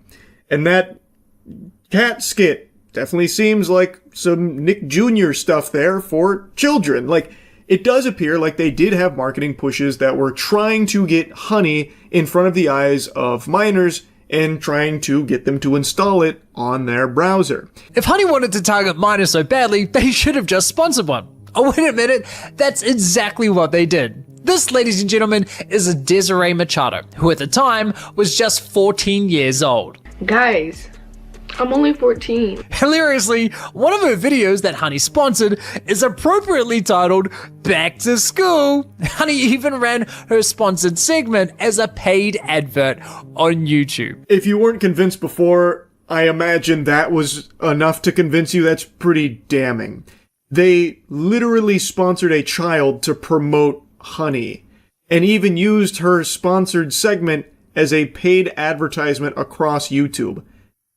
I think there is a very strong argument with strong evidence to suggest Honey was looking to get Honey on the devices of children, and knowing what we know now based on this evidence, it was collecting their data, which is a big legal issue potentially. I have a challenge for all of you. Go to every computer in your house, your mom's, your dad's, your sister, your brother's computer, and install Honey. They are literally encouraging kids to install a browser extension that tracks and collects data onto every computer in their household, including those belonging to their siblings. That is fucking insane. And the emojis? I mean, come on! That is a bad look for Mr. Beast indeed. Oof. It does seem pretty clear that Honey was more than willing to advertise to minors. And this is a browser extension that, based on all available evidence, does indeed track data and share data, which, again, appears to be a lot of laws in place that have very strict rules about that when it comes to the data collection of minors. So I guess we'll see what happens from there. Again, this is still not even all of what Megalag covered. I've only chosen a few things to talk about here that kind of piggybacked off of the things I was talking about from the first video.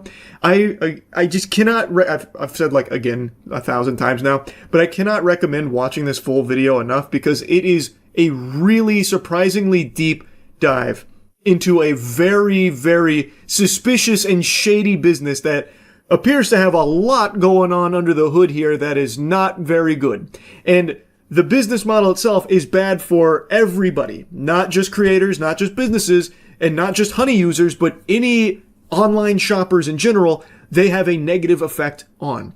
It's a bad deal across the board based on everything that has been presented here. Anyway, I'll stop yapping about it for now. That's really about it. See ya.